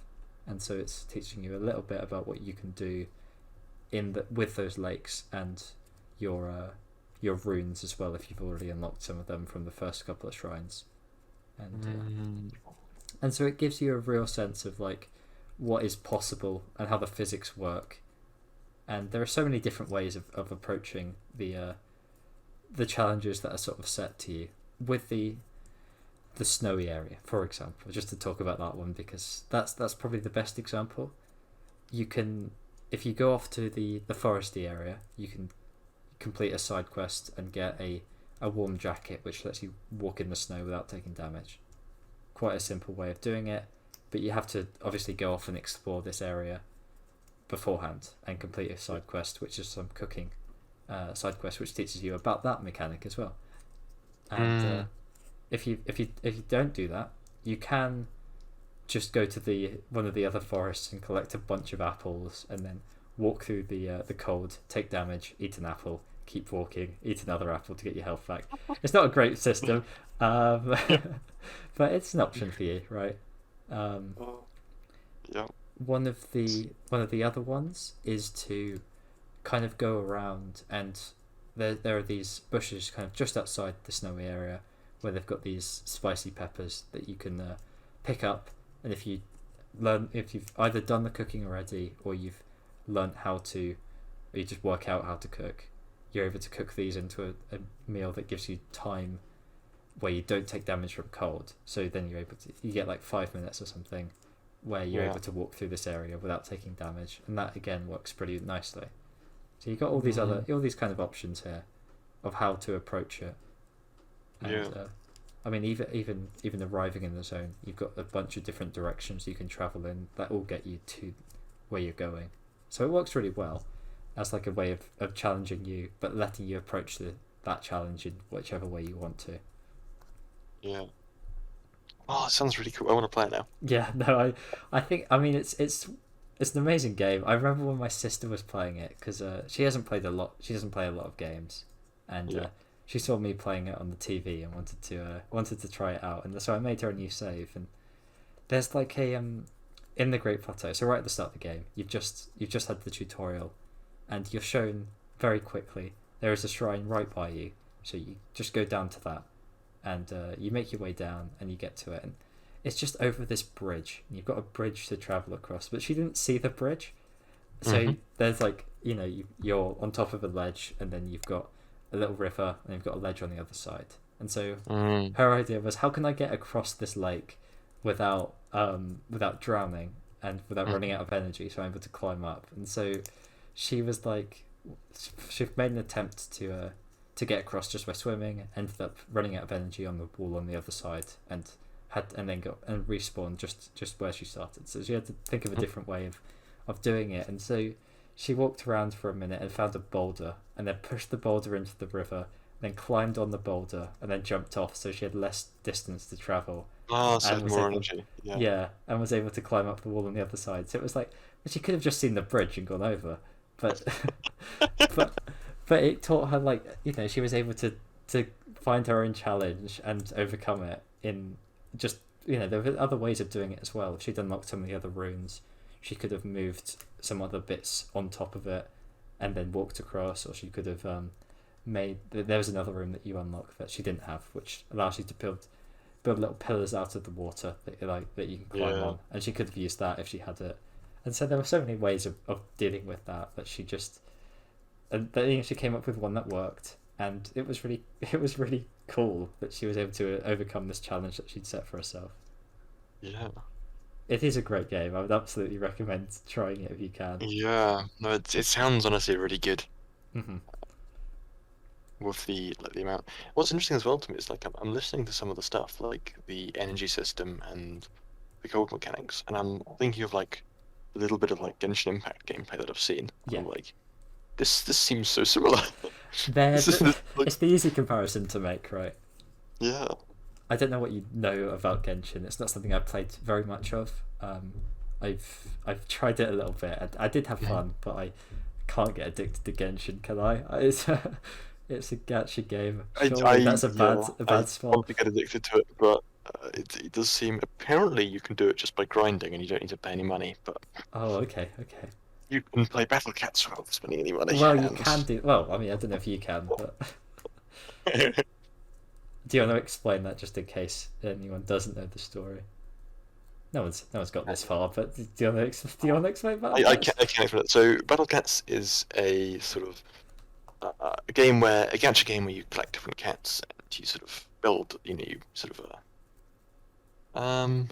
some of those strategy games like Age of War used to be kind of a popular Flash one, where you have a base, you send units out on like a simple platform, and they fight in opponents' units, and then you try Yeah, and destroy their base, and you like build up your economy in each level and that sort of thing, and yeah, build more developed units, like that kind of deal.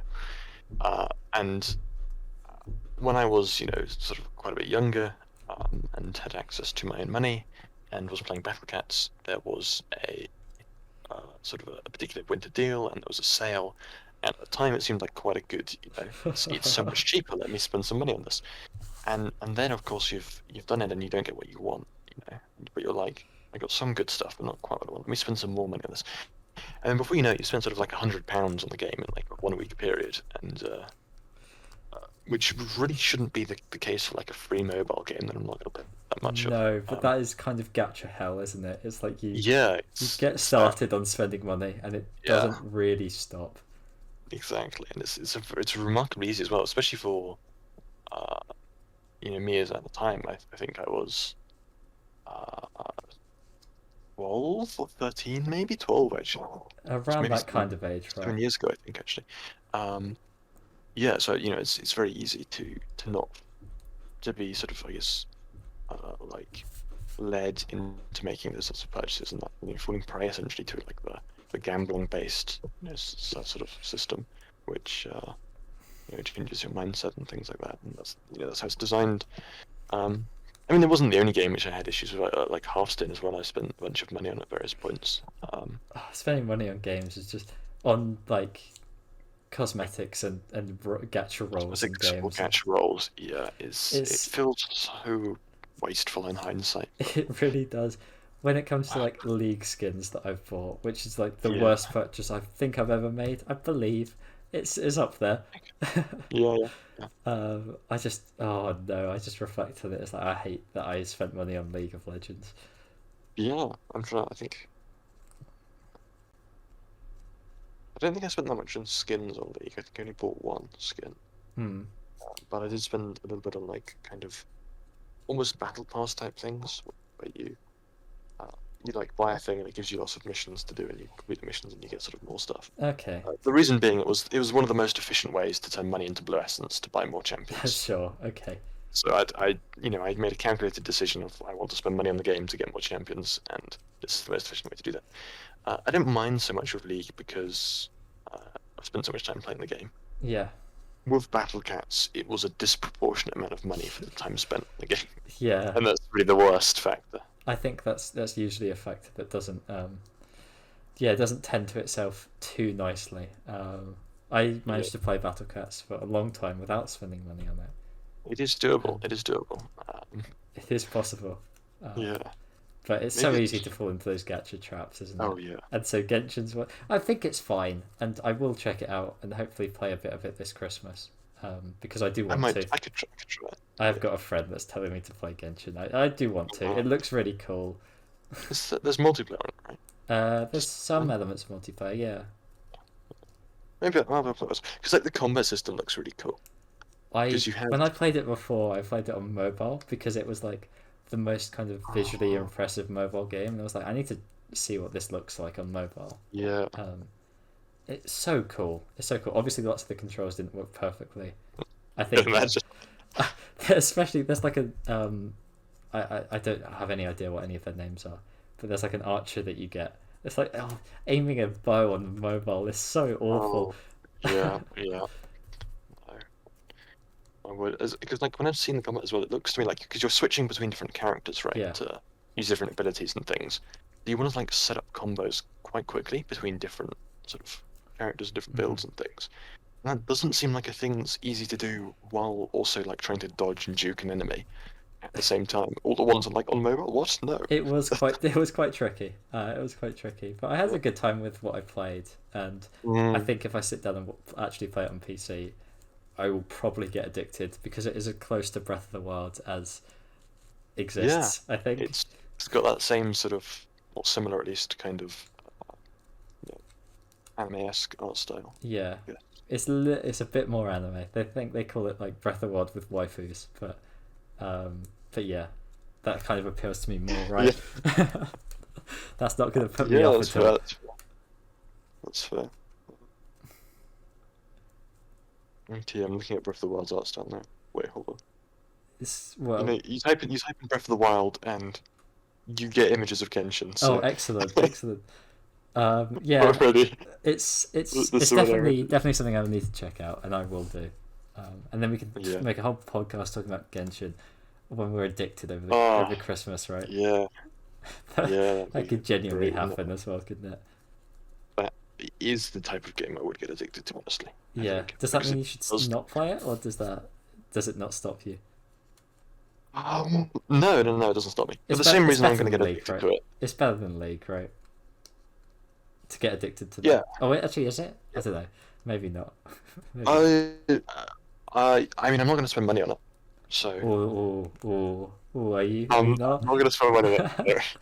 It's- Okay. Okay. I'll no, trust you. I'll trust you. I'm not gonna. Like until I've played, fuck, until I've like played 100 hours, I'm not going to spend money on it. Right. Right. That's how it goes. Yeah. I think a lot of my Christmas will be playing Pokemon because obviously the Diamond Oh and Pearl yes, the new. remakes have come out, and I'll be having to play those again because Diamond and Pearl were my first Pokemon games, and I spent a lot of time on them. Yeah. I've replayed them quite a few times, and so the remakes have come out, and there seems to be a lot of issues with them. But that's fine. That's fine. Nice. It's cool, right? I didn't buy Sword and Shield, and I just have a massive yearning to play Pokemon again, to play a new Pokemon, and so I Yeah. will play a game that I played when I was 10 years old again, but slightly different because of the art style being slightly different. Honestly, I kind of wish some of the games I played when I was like that young could be sort of like I could go back to them and watch like a remastered version. Yeah, yeah, it just looks different. I was pretty happy when they announced that it was basically just the same game with a new art style Mm, because I yeah. love Diamond and Pearl. The story in Diamond and Pearl is amazing, and it had like a couple of problems, but it was like, well, the health goes down really slowly, so it's like, okay, well that's something they can easily fix in a remaster. Just make the health bar go down quicker, and I think it does. I think they fixed that one. And then it's like, well, they did customization in future games, so if they did character customization in Diamond and Pearl, that's even better. And Mm, then the only other thing is like Diamond and Pearl had an issue with team composition because you needed a flying type so you could use fly. You needed the water type so you could use surf and waterfall. And so, because of kind of the way the game was laid out, your team was always very similar because of the amount of flying types you could get early on, the amount of water types you could get early on, etc. It was always shaping up to be a very similar team. So, because they've kind of removed the necessity for HMs in recent games, it was like, well, I can at least have a slightly different team now. So that's another thing that I am excited to hopefully have a bit of a different go at it without having to use the same ones as I did back when I was a kid. But yeah. I hope you enjoy it, because definitely one of the issues with some games is it's knowing whether the game's enjoyable or the nostalgia factor, right? Mm-hmm. And definitely sometimes you can play like the game again and not enjoy it as much. Yeah. But I don't know whether that's because it's just graphically is an issue, because if you go back and play some of those old games, the graphics really do make a difference. Yeah, there are Whether ones that have that certain art style that just lasts, right? And DS Pokemon games with their kind of pixel arty art style, they kind of don't feel outdated in terms of the visuals anyway. Yes. So I that, think pixel art definitely will never be outdated in terms of how it feels. yeah. I think.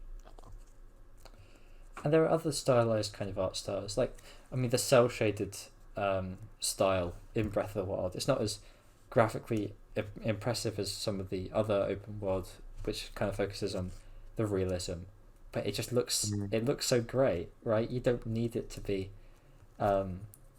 realistic if it can't be. So having this cell shaded kind of not cartoony but anime-ish art style, because it's what it can do, it's also going to make it last a lot longer in terms of how long it looks good for. Yeah, that's true.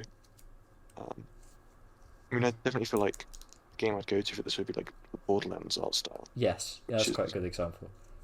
Quite distinctive and cartoony, but is something which I have no issue going back and playing and still thinking looks really good. Yeah. Because it does look really good. Because it does. It does, yeah. And it's definitely one of those art styles that don't age. But you do have some games which struggle with the aging graphics. Yeah. Especially if the game itself isn't really good enough to make up for that. Mm-hmm.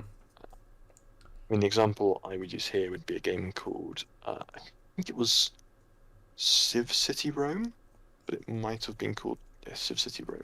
Okay. Yeah, it was Civ City Rome, which was like a sort of kind of real-time strategy. You build like a city and you make sure your citizens have certain requirements and stuff, and you gather resources with people. And like Age of Empires, but there's just you playing it, and occasionally there'll be like neutral mobs, and there's less of a focus on combat. Yeah. Like, it's that kind of game, and like it was great fun when I played it when I was young. Me and my brothers all played it, and that sort of thing. But playing it again relatively recently, I think like a year and a half ago or something, just wasn't that enjoyable. Wasn't engaging. Wasn't fun. Sure, it just doesn't hold up as well. Yeah, because in January, I think it's not that good of a game. Oh, right. At the time, it was probably really good. It was really fun playing it at the time. But now, I suspect, there's other games which probably do what it does better. Because it's a fairly common sort of type of game. Control a bunch of like people who build buildings. Yeah, sure. Banished would be an example that's more modern. I think if that's the game I'm thinking of, that does it maybe better. But yeah, sort of thing. Yeah. Banished was. What would be? We've got a whole gaming podcast about talking about League of Legends, really. Which other than talking about buying skins on it, but that's a completely different style of game that we haven't really spoken about too much. And I don't know if we've got anything we can say. The general idea of this podcast was about level design, and yes, it was at one point. At one point, it was. I don't know if there's any level design stuff you can say about a game like League, but what about like map design? I guess the better comparison than League is Dota, because the thing League does is most of the time, the terrain is there and doesn't change much, and you can't really interact with it much. and yeah, it's kind of simple. But Dota as a game in general is much more complex than League. There's a lot more going on, Yeah, it and seems a bit more complicated at least. yes, like fuck knows how you actually get into playing Dota nowadays because it was hard when I got in like 6 years ago to learn, and they've just added more stuff and made it more complicated. And yeah, League has become simpler, I think, over time. Dota has become more complicated over time. Excellent, Is excellent. my understanding of it. And then there But is the way Pokemon Unite as well. that's true, the gateway drug if you're 6 or 7. It was quite enjoyable to play for like the few weeks that we played it over the summer. Yeah. I mean, it's out on mobile actually, so we could give it another go. We could When I give say it we, I mean I could try it. You could try it, yeah. Yeah, I don't know how actually enjoyable it would be on a mobile device. It's But just simple enough that it would work on mobile, but I don't know okay. if it would be fun. Oh, I get to rage at some settings. Oh, I did that quite a lot. Love that idea for some days. Yeah. The data map. So there's several components. One of them is the first is relative height of terrain, which is that there are parts of the map which are higher than others, and when you're above some part of the map, you get vision of the parts below you, assuming there's nothing blocking your field of view. But if you're below, you don't get vision above. And obviously, Dota is like a top-down MOBA, so you have shared vision on the team. So if you've got like an ally above in terrain, you have vision.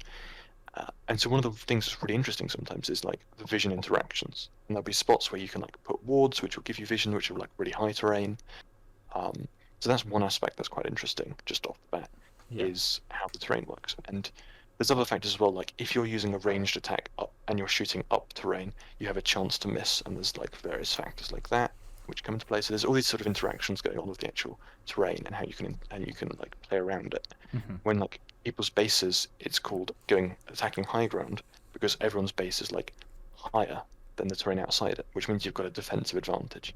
And so there's little bits like that, which is one aspect that's quite cool. It to sounds interact quite with. interesting. I mean, it sounds a little bit more complicated than something like League, but Oh yeah, but it does sound like it would be quite an interesting one to learn. yeah. I mean, we definitely something we could do if people, if we haven't had enough of League and we want some of the game. I think I've had enough of League. But what's amazing about Dota is, so most of the terrain is there's some stuff that's like rocks and things, and there's like there's like bits that go up quite high that you can't get across unless you like have some, because some people can fly, which means they can go across terrain regardless of like the height difference. Sure. In some cases, it's like steps where you go up from high terrain to low terrain. Sometimes it's like cliffs which you can't really go up, but sometimes you can if you've got certain abilities or you're sort of manipulated in a certain way by movement. And equally, there's some areas which are like cavernous drops which you can't really cross unless you can fly or something, because it's just how it works. It's not that you can like fall off the map or anything. It's just you can't cross them. Yeah. But the really interesting part that most of the terrain is made up of is trees. And what's really cool about these trees is that you can interact with them. So there'll be some items where you'll like chop down a tree Yeah. on like a few second cooldown. Some people's abilities are like jump on top of a tree and you get vision. You can hop Right. through the Okay. tree. Yeah. There's an item which is consume a tree and you gain you gain health regen. There's one character who can put a ring of trees down that surrounds someone, which means you can like lock someone in place and then attack them. Mhm. And if that person happens to have an item which can cut down trees, they can escape from that ring of Oh, trees. this is actually really cool. And you've got another item which is called Dead Man's Branch, which gives you like it's a very simple item. It's quite cheap. It's like I think in Dota you start with like 625 gold rather than 500 in League. This item's worth like 50 gold, so it's a really cheap item Yeah. that just gives you some stats. Okay. But you can activate it to put a tree down. So you can do stuff where you run through some trees, someone else follows you, like through these like narrow tree paths on the side of the map. You block him in with like a Dead Man's Branch and run out, because you've Nice. got like loop ends. There are clips of people doing these amazing jukes with like the actual terrain itself, and like putting trees down and playing around vision as well, because vision's another factor. And there's so much awesome stuff that can happen and can go on, and it's all because of like how that terrain is designed, which is essentially like level design. Yeah. So you have this sort of kind of interactive style of terrain. Then you've got items that, like I've said, like you push yourself forward, so you can go over terrain and you can like chop down trees with these items. There's so many cool interactions just with the terrain. Yeah, no, it sounds really. The more you say trees, the more it reminds me of my coding coursework that I have to do. Honestly, Oh no! Oh no! but Not I'll that. just put that aside for now. Put that Yeah. aside. But yeah, no, it does sound like there's Oh quite a lot of like opportunity for creative escapes and creative like yeah. traps and stuff in there, which is really cool. Yeah. It's just so awesome. Like, I mean, Dave itself was a mechanically intensive game, and there's tons and tons of mechanics and things going on. Um, but even that terrain is just there's so much potential. Um, and what's I think really cool, I guess, about data in that sense is that is exploited at like an esports level, right? Hmm. Because some players are really good at doing particular things with the terrain, um, and that will happen. And like, it's quite hard to pull stuff off yourself sometimes. Sometimes you'll make a sick play and it'll be awesome. What Watching like the esports level, the pro level, where Yeah, they do sometimes do that sort of stuff and can play around it is just it's awesome to watch and to enjoy. yeah. Oh No, it sounds quite fun. It sounds quite fun. yeah, It would definitely be something that I could try at one point, maybe. But yeah, but yeah. yeah, We'll have we'll to get someone see. who actually plays it because I mean I've forgotten too much about the game now. I Maybe probably maybe there's a baseline to work off of our very basic league knowledge, from over yeah, the summer and uh, so on. But yeah, yeah. that could be good fun. That could be good fun. Mm. I didn't know there was quite so much about the terrain. Honestly, it was. It's it's amazing, like the type of stuff you can do uh, with that sort of thing. Yeah. Um, I guess one aspect as well, actually, of the sort of terrain is like symmetry of the map, Okay. uh, Yeah.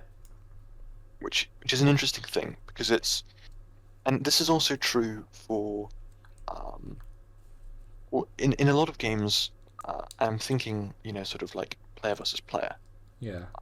games to make it fit, like Rocket League, right? Your level design in Rocket League, the most simple level is just you've got a box with curved side bits on the walls Yeah. with boost pads in certain places, and it's perfectly symmetrical and everything's symmetric and it's tried to be as fair as possible. Yes. Yeah. Exactly like that. And your other maps which have variations and maybe they have like slightly raised bits or they have weird things going on, they're still symmetrical, right? Still Yeah. intended to be fair symmetric maps. But something that's really interesting about most MOBAs is like, and actually it's also about sort of Valorant and CS:GO, which are like your go-to competitive first-person shooters when you're designing those sorts of levels, Yeah. is the asymmetry of them. Yes. Is Yeah. definitely in League, right? You've got very clear asymmetry where um, you have different bush arrangements. You have Drake and Baron on different sides of the map. You've got all these different symmetries going on which affect how you'll play.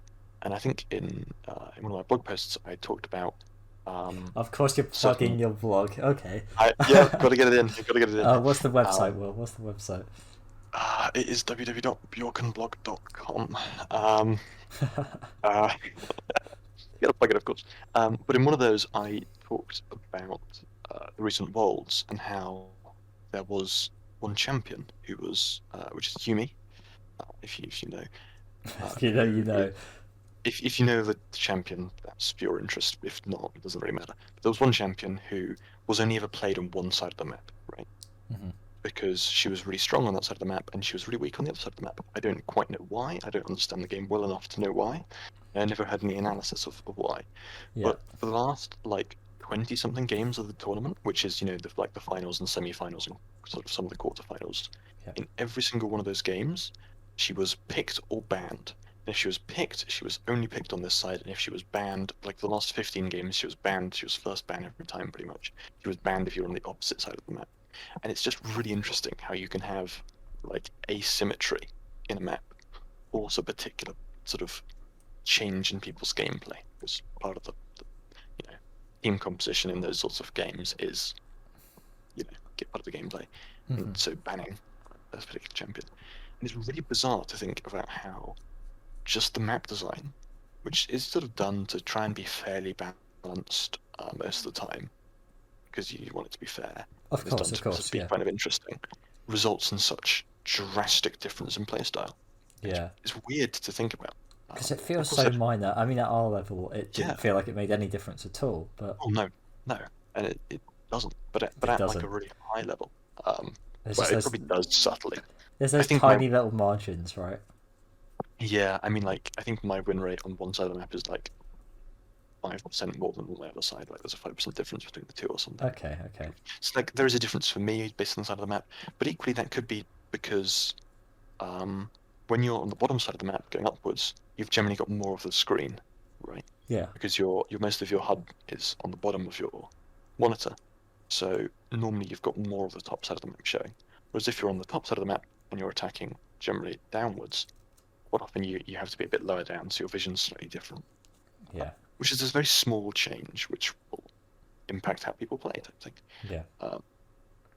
But yeah, that like the level of specificity of targeting one champion in particular or certain champions is ridiculous, and it's definitely like an aspect of level design that you have to think about eventually. Maybe Yeah, that it especially hasn't been thought about like until now. well, especially if you're doing something asymmetrical, you've got to think about Yeah, how it still stays balanced, but it's different enough on each side to change kind of the playstyle slightly. yeah, Because that's why they would be doing it, right? yeah, definitely, and certainly on like the CS:GO Valorant games where you have an attacker and a defender, it makes very much sense to have Of an course. asymmetry Yeah. because I mean, first of all, the basic premise of the game becomes a lot more boring if it's symmetrical, I Everyone suspect. walks into a round room. Yeah. It's literally just a game of who can click heads quicker. But yeah, that sort of asymmetry creates Mhm. different styles of gameplay. Yeah. Yeah, there was that shooter that came out maybe last year or something, and I can't remember the name of it. Maybe it was earlier this year. The name is just eluding me, but it was the one that it was a first-person shooter that had a randomly generated map sort of each time you loaded into the Okay. level. The name Yeah. it's annoying that I can't remember the name, but that was really interesting because obviously you had a defense and attack again, and Yeah. some randomly generated maps would certainly favor one team, but it was really interesting how they did that, and I'm not sure whether that's something that with a bit more time could actually be like a perfected type of first person shooter. That's really interesting, actually. I guess it's most fair, right, when you do several rounds and Yeah. sort of maybe balances out. Yeah, Or probably if would. or if you let like people pick which side of the map they want to do. Mhm. But then I don't know how much of the map you get to see right before you play. Was Yeah, it just like, you load in and you're like, oh, this is all new? I think you just loaded in it was all new, I believe. Oh, it's kind of interesting. I It's can't cool. really remember too well. Yeah, that's really interesting. Yeah, I'll need to find out the Yeah, name of it and yeah, maybe I'll we'll have to reveal that in the next podcast if we find it out. But but yeah, we'll that's follow something. up. And everyone could message me if they got this far and they're interested in it, and I'll Or probably have an leave a answer. comment on the YouTube if you're not one of the people we Ah, know who watches this somehow. that person does not exist. Yeah, no, that's very true. Yeah, and also actually talking about that, the podcast is now on Spotify. It has taken an hour and 43 minutes for me to say this, but yeah, the podcast is now also on Spotify as well as YouTube, and that's cool. I think. There you go. That's Yeah, I guess put it in the description probably of this one. yeah, it'll be in the description of the YouTube video, and Oh, if you're listening to this on Spotify, it isn't. There isn't a description. I don't think so. Maybe there is. Maybe there is a description, and I don't think. maybe I'll link the YouTube description, the YouTube link in the description of that or something. If there is, I don't know. Yeah, I've not worked it out yet, but it's there. it'll be worked out. It'll be worked out. Um, and yeah, I mean, was there anything else you wanted to talk about? I mean, I've just thought of it now, which is another first-person shooter, which I think is called like Splitgate or something. I think it's Yes. first-person. Yeah, that one. Where you have like the portals and you can do all these kind of incredible like mind games on people by like portaling around and sort of stuff. Yeah. It looked so much fun. I didn't actually play it, but I probably should have tried to. It looked like it was. Yeah, it had a lot of kind of examples of creative ways Yeah, of shooting people and getting those victory royales, if you will. Uh, Um, I definitely think when I watched gameplay, I didn't know what the fuck was going on. I was because so it was really confused. fast paced, right? It was. Yeah, no, it really was. And you're like, because you're like, you put a portal down and you're like looking, so part of your view is your view, part of your view is the portal, which is like the view from another angle, which also includes like the view of another portal. Mhm. So you're like, you're looking at like three different locations all at once somehow. And it's It's, got the speed of a normal first person shooter while you're doing all yeah, this, so yeah, there's it's, not that oh, much time to think. It looked really interesting and yeah, really quite enjoyable. yeah, Definitely one of definitely. the better takes on adding a twist, I guess, to the Yeah, first person shooter formula. yeah, I do agree. And I mean, it's one of those things like we talked about Portal 2 already, but it's a really fun concept. The ideas of like doing the interactions you can do with while using portals and sort of conserving momentum and doing all these sorts of Yeah, it's ideas that and kind stuff. of movement, right, where you're looking at portals and traveling between places nice and quickly, Yeah, um, and grappling hooks and double jumps and that sort of thing. They're all slightly different, but it's that extra freedom of movement that you get, yep, that is really quite enjoyable about that sort of game. yeah, definitely. Yeah, Oh man, I wonder if we could combine them all. Yeah, just make a really ridiculous. Uh, yeah. would this theoretical game be a first person shooter or like a battle royale thing? I don't know. I don't know what would work best, honestly. Mm. But just like portals and grappling hooks, like you can portal up somewhere high, fall down, grappling hook somewhere, swing off somewhere else.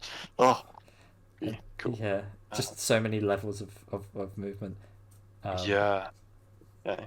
Because movement is what makes some of these games really fun, right? I mean, Mm, the Mario games are kind of all about movement. The 3D Mario's, that is. Um, yeah. they each have their own little additional gimmick as well as the standard kind of long jumps and ground pound jumps and all that. Like 64, well, 64 kind of has its role. And it does like the items like the wing cap and so on. So it doesn't have quite as much as the other ones, but Hmm. with Sunshine, you've got the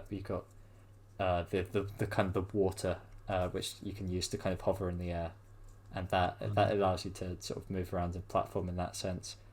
Oh, is Galaxies, that the one where Mario has the jetpack on? yes, it's the jetpack. It's the jetpack. Yeah, Ah, flood. okay. It's called Yeah, yeah, flood. yeah. I don't know. You probably don't know that, but yeah, No, I've uh, I've seen like someone play it for 10 minutes or something. yeah. Um, Okay, but so that one's quite an interesting additional kind of way of introducing platforming challenges there. When you've yeah, got that extra style of movement. yeah. Um, Because once again, it's sort of bound, right, by the amount of water you have, and yes, you can yeah, sort of refill. So that's the same idea of like a stamina bar type thing in some hmm, way, constraining yeah, your ability to move. it's exactly like that. Yeah, Galaxy's got the spin, so you can jump in the air, you can spin, and then either get higher or change your direction slightly or whatever. Interact with things in the air. It's not quite as free as some of the other ones, but it allows you to get that extra bit of height, and it's super satisfying to spin if to attack enemies and stuff because you're physically shaking your Mm. remote, and oh, it's so satisfying. I love it. Oh, okay, yeah. Um, and then, I mean, 3D World and 3D Land are just 2D Mario's in 3D, so there's not any extra level there. But Yeah. but the Odyssey's the one with the most because you've got Cappy. I don't know if you have seen too much about Odyssey, but Cappy is the hat. Oh, Uh, no, I have seen, because I remember watching a video on the speedrunning strategy for okay, this yep, this that'll by be it. trying to, is it reduce the number of some kind of collectible thing you need to have? Can't remember what I it is. I'm not There sure was, exactly what you're talking about, so okay. but I think there was something in it which, like, there was like this limit of like, you had to do it sort of like 16 times or something, and people slowly, gradually managed to get it down to like 11 or something somehow, and like reduce it even further. oh Or oh yeah, what was that? Oh, what was that? Yeah, I know what you mean. I think it's just like the total number of moons you have to get to advance, right? yeah, I think it is. I think that's it. I think that's slightly different to the standard strategy, but that Okay. Yes. yeah, I mean with its movement in Odyssey, right? You've got so many options because you can throw the cap and then you can use it to bounce up in the air. You can throw it again, you can dive to it and bounce off it in the air, throw it again, dive to it again, not bounce off it a third time, but you can Yeah. do that. You can spin it around. You can, spin it around you. You can get it to roll forward towards something. You can obviously wall jump and all the normal sort of Mario bits as well. There's Yeah. just so much freedom of movement. It's so fun to play because of everything that you can do. And it's got all the things you can transform into as well, which are just extra styles of it, extra instances where they can introduce a puzzle or a type of platforming challenge. Yeah. It's definitely like the more freedom you give the player, the more freedom you give yourself in designing Yeah. levels and things. Yeah, it's really quite good because you have all these options in how you approach something. Odyssey's a lot more sandboxy than something like Galaxy. Yeah. But Galaxy's level design is also really quite interesting, and I think this like it's taken me an hour and 50. Let me talk about Galaxy level design. Sure. It's kind of quite similar to 3D World and 3D Land, in that it around this time there's this guy that comes into Nintendo and he's working on Galaxy and he's working on 3D World and 3D Land, and he's kind of responsible largely for doing these levels. He's called Hayashida. I don't remember what his other name is, but yeah, Hayashida we'll call him because that's his name. And and so his kind of philosophy with level design is it's called the Kisho Tenketsu, if I'm getting that right. And it's a style of level design which is based on like 4 individual parts. It's a name that derives from like a 4-plot story structure from like Japanese and Chinese literature. Yeah. And so the kind of idea, and it works in Galaxy and 3D World because they're like linear, course clear level design stuff, and it's used in a bunch of other games as well, obviously. But I think the clearest is kind of with these, where it's kind of been perfected because it was intended to be exactly this, the way the levels were designed. And so the first one key is like you take an idea or a theme for the level, or like a type of challenge that the level is going to be focused around. So it might be you've got these blocks that and music playing in the background, and the blocks will as every like 3 beats or something, the block will change color to like a blue block, and the red block will disappear. And so you've got this kind of idea, and so the first part of the level will be introducing what this idea is in like a safe environment. So you'll have like ground below you, ground around you, and it will like the music will be playing, and the blocks will be changing, and you can jump off them to get to the next bit a little bit quicker. But if you sort of fail, then there's no kind of you don't get punished for it really. It's just like you get to try it again or something. So introduction of idea is the first bit, and then the kind of the second section of the level is the show or development, and that is like, well, we're gonna develop the idea a little bit more. So it might be kind of like that. Going back to that Mario 1-1 example I used, it might be you've got a pyramid that you have to jump over, but now the pyramid's got a hole in the bottom or something. Yeah. So there's a little bit of a threat, or it might be, oh, you've got these blocks that are changing with the music. We had them so they were next to each other. Now we're going to have them so we've got stairs that are appearing, and you would fall through the stairs or something if you messed it up. So, Yeah. or there might be an enemy in the room as well to distract you. So you got like development of an idea, and you have to have a couple of these little challenges, maybe in like a room that you've got to climb up the stairs of or something.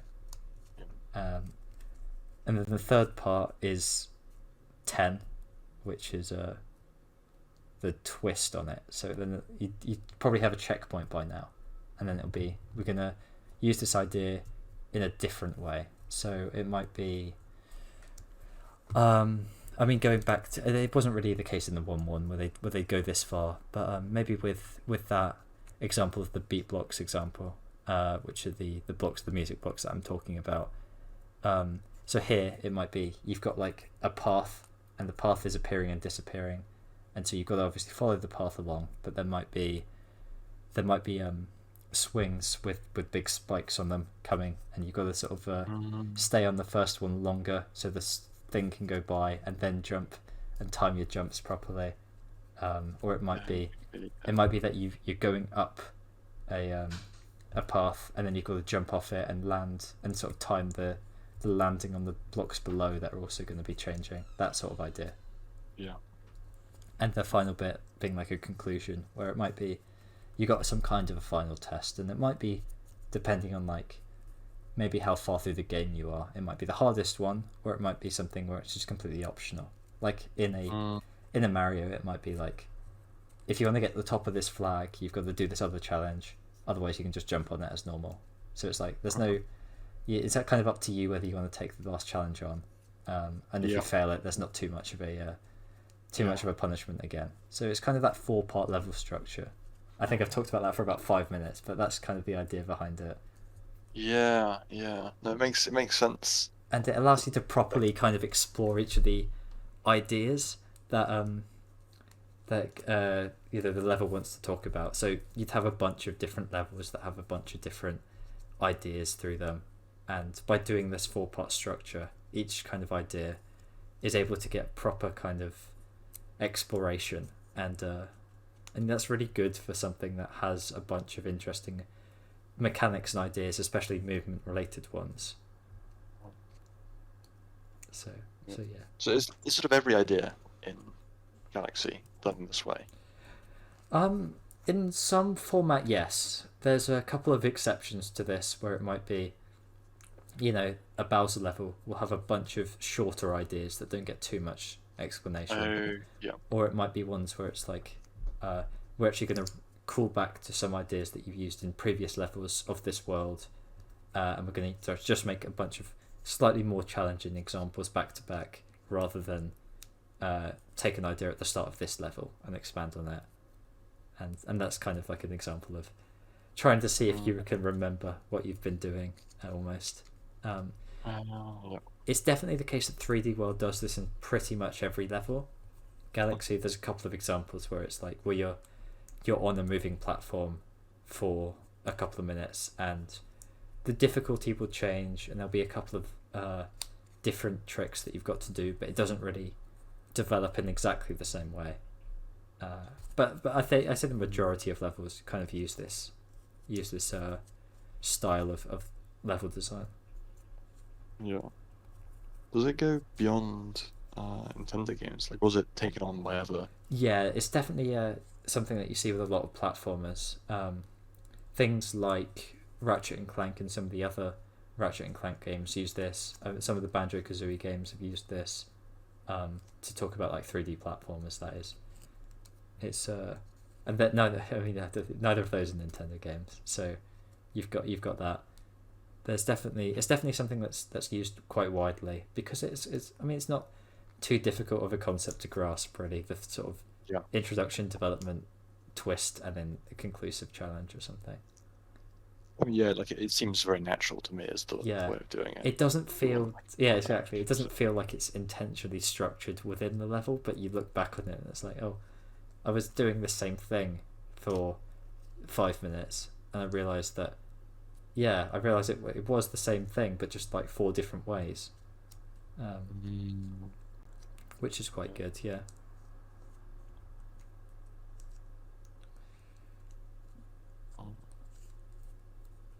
Yeah, I mean, I that's my Mario Galaxy. Yeah, about 10 minutes maybe. However long it's. I don't know. It's fine. It doesn't matter. It's good. I get to chill at the best game of all time. Maybe. What actually would I say is the best game of all time? That is a good question.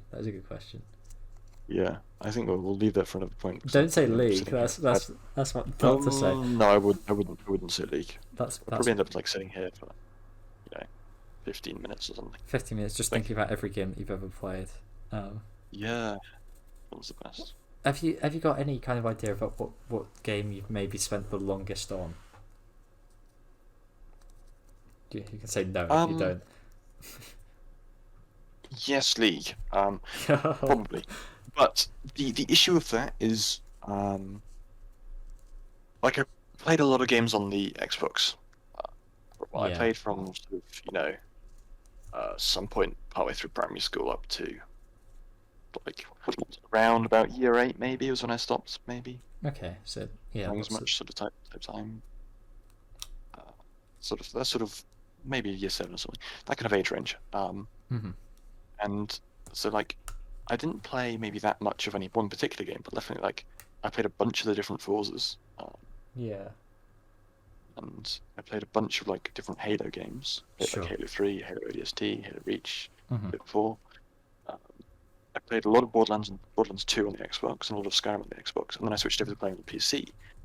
And because of that, I have really no idea how much time I spent playing Playing those some Xbox of those games, games yeah. overall. Yeah, because I could quite easily see that like I'd spent several hundred hours maybe playing Borderlands 2 on the Xbox. I'd Hmm. expect. Um, Yes, it's difficult to say, honestly. yeah, and sort of you add them up, like I played. I mean, I think it's suspect it might be League because I played sort of 1,000-ish hours of Dota, or just shy, like 900-ish maybe. Hmm. Um, but yeah, I don't but then know. again, like if you look at like Civ or something, I've probably played over 1,000 hours of all the Civs I played, and Yeah, I think probably the same with Borderlands or something. So it's hard to say. it's hard to say, and even then, it's like does playing it for longer mean you like it more? I'd say no. Yeah, I'd say no, no. because there's so many different aspects of different games that I really like. Some of those are influenced by nostalgia, like Burnout Paradise is a amazing game that I have really Yeah, fond memories of. yeah, that's good. Because it was great, like listening to music and driving around and like doing like barrel rolls and stuff. Just it was so much fun.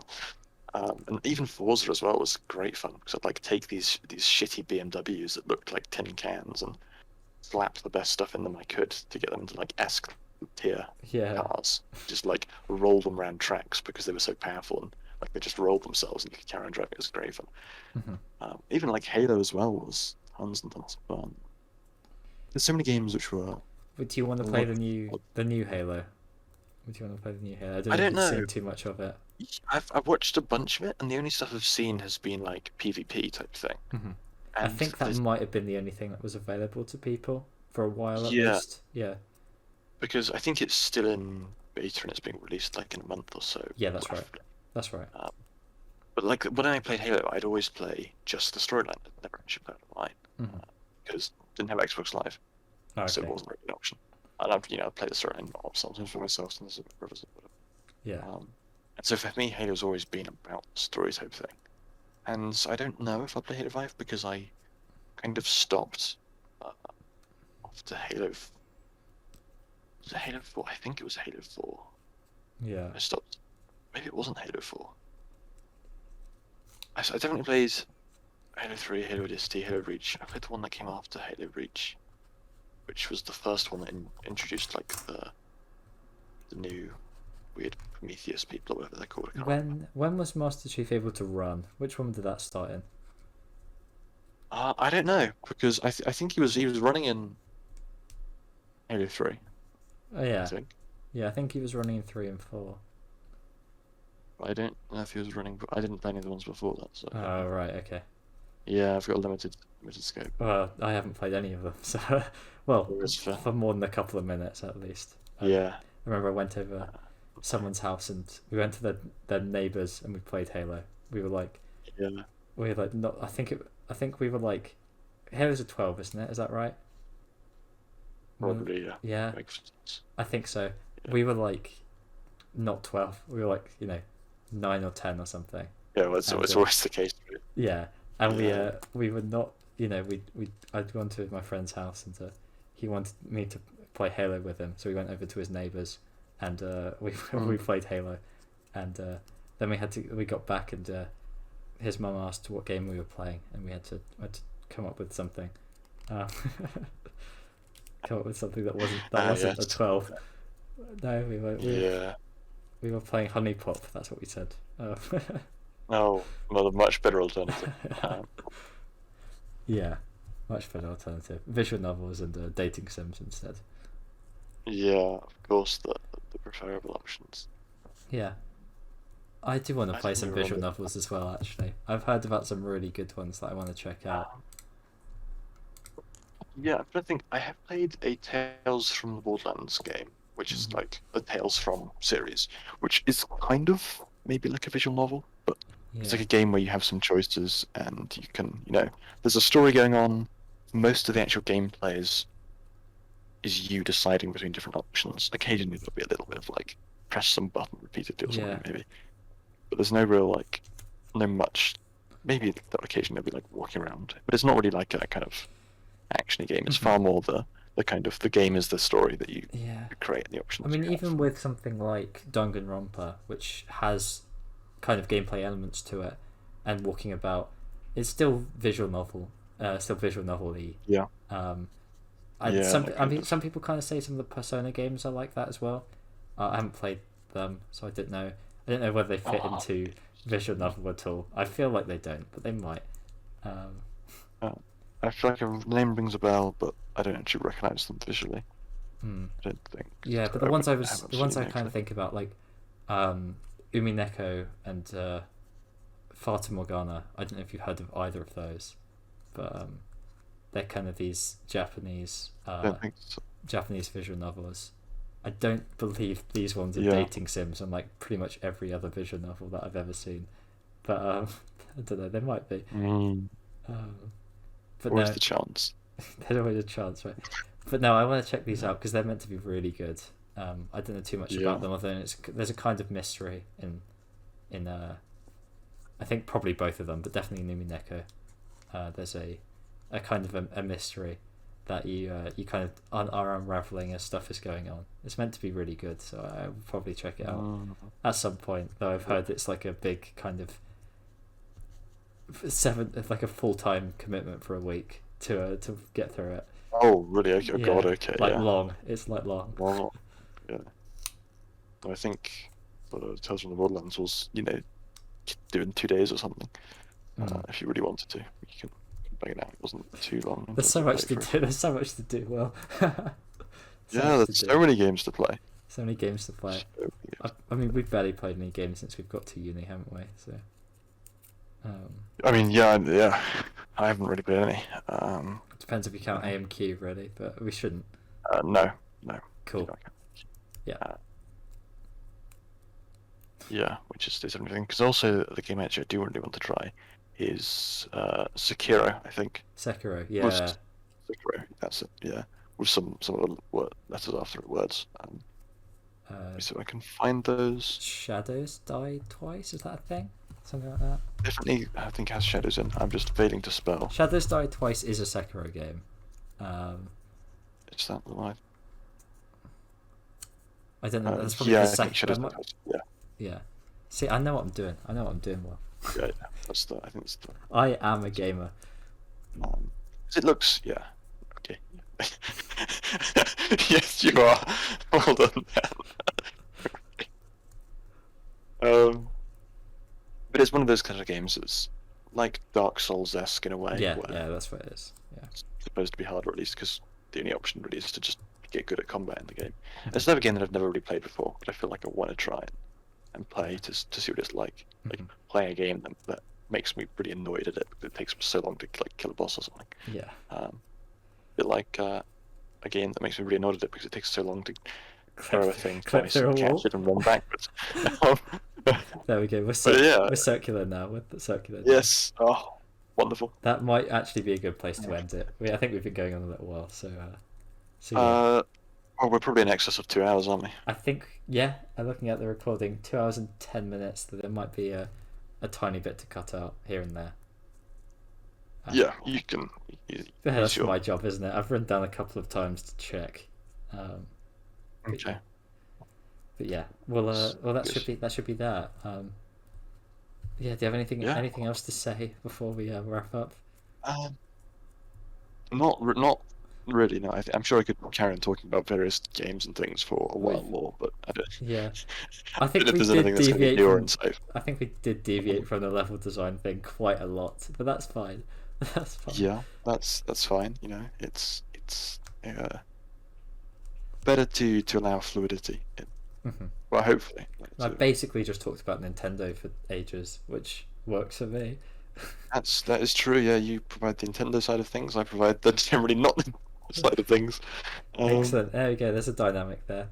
Yeah. I don't know what we're going to talk about next week. Maybe we're back to anime. I don't know. Maybe. We could do a whole There are- podcast about Hiki Monogatari, because that I still haven't watched the last episode of that yet. Oh, I haven't. No, I'll get there. we'll get there. But yeah, we'll work it out and record it this time next week. But yeah, we'll wrap up now. So no one's got this far again. We're assuming, right? We have to assume, right? We have to assume that the rate at which people consume the podcast is strictly slower than the rate at which we produce it. I'd be quite interested to know what the average like watch time was for the first episode. Do you have the analytics? I can quickly check the YouTube analytics. Yeah. Okay. Oh no. Average. I know. I Do you want to take watched... a guess? Do you want to take a guess, Phil? I suspect it's going to be in like the region, like kind of. I know there were like 28 views. I think when I like viewed it a few times and only watched it once on one of those viewings, and even then I only watched like 25 minutes of it. Yeah. So I suspect it's probably going to be around about 5 to 10 minutes average watch time. 3 minutes and 27 seconds. Oh no. Oh man. Oh well, maybe people will stick around for longer because we're not talking about anime. That won't be the case. Maybe. That won't be the case, but yeah, let's just imagine it is, right? Yeah. Well, yeah. I mean, it's also hard to know if you get like a lot of people, like if they watch it over time and they had to reload the I page. think I've reloaded it a couple of times and not really watched Yeah. much of it, so I probably brought it down if anything. Yeah. Uh, I definitely know, like with my website analytics, that I think like my homepage has like a bounce rate of 60%, which mhm. basically means someone joins it and then leaves it 60% of the time. Well, I do that quite a bit, just checking your page, right? Yeah, I know that's the reason why, right? So, analytics are useful sometimes to analyze, but deceptive. Yeah. Sometimes. But yeah, that's that. Hopefully, the theoretical person that has made it this far, who we are making up, has enjoyed this. Yeah, I hope they have. I imagine this has been maybe more informative than the first one. Like the first one was kind of talking about examples a lot and ideas and stuff that we had. This one kind of felt like we were being a little bit more descriptive and informative, perhaps, but yeah, no, I think that's fair to say. maybe less focused though. Who knows? Possibly. I don't know how big that deviation in the middle was. It probably went on for a very long time. Oh yeah, we went off on one, didn't we? I mean, yeah, we can just call that level design or something, even though it really wasn't. It's just like level design in games, right? That's the bam. Yeah, bam. There we go. All right, thanks for watching or listening. Bye. Listening. Bye. Oh no. Oh no.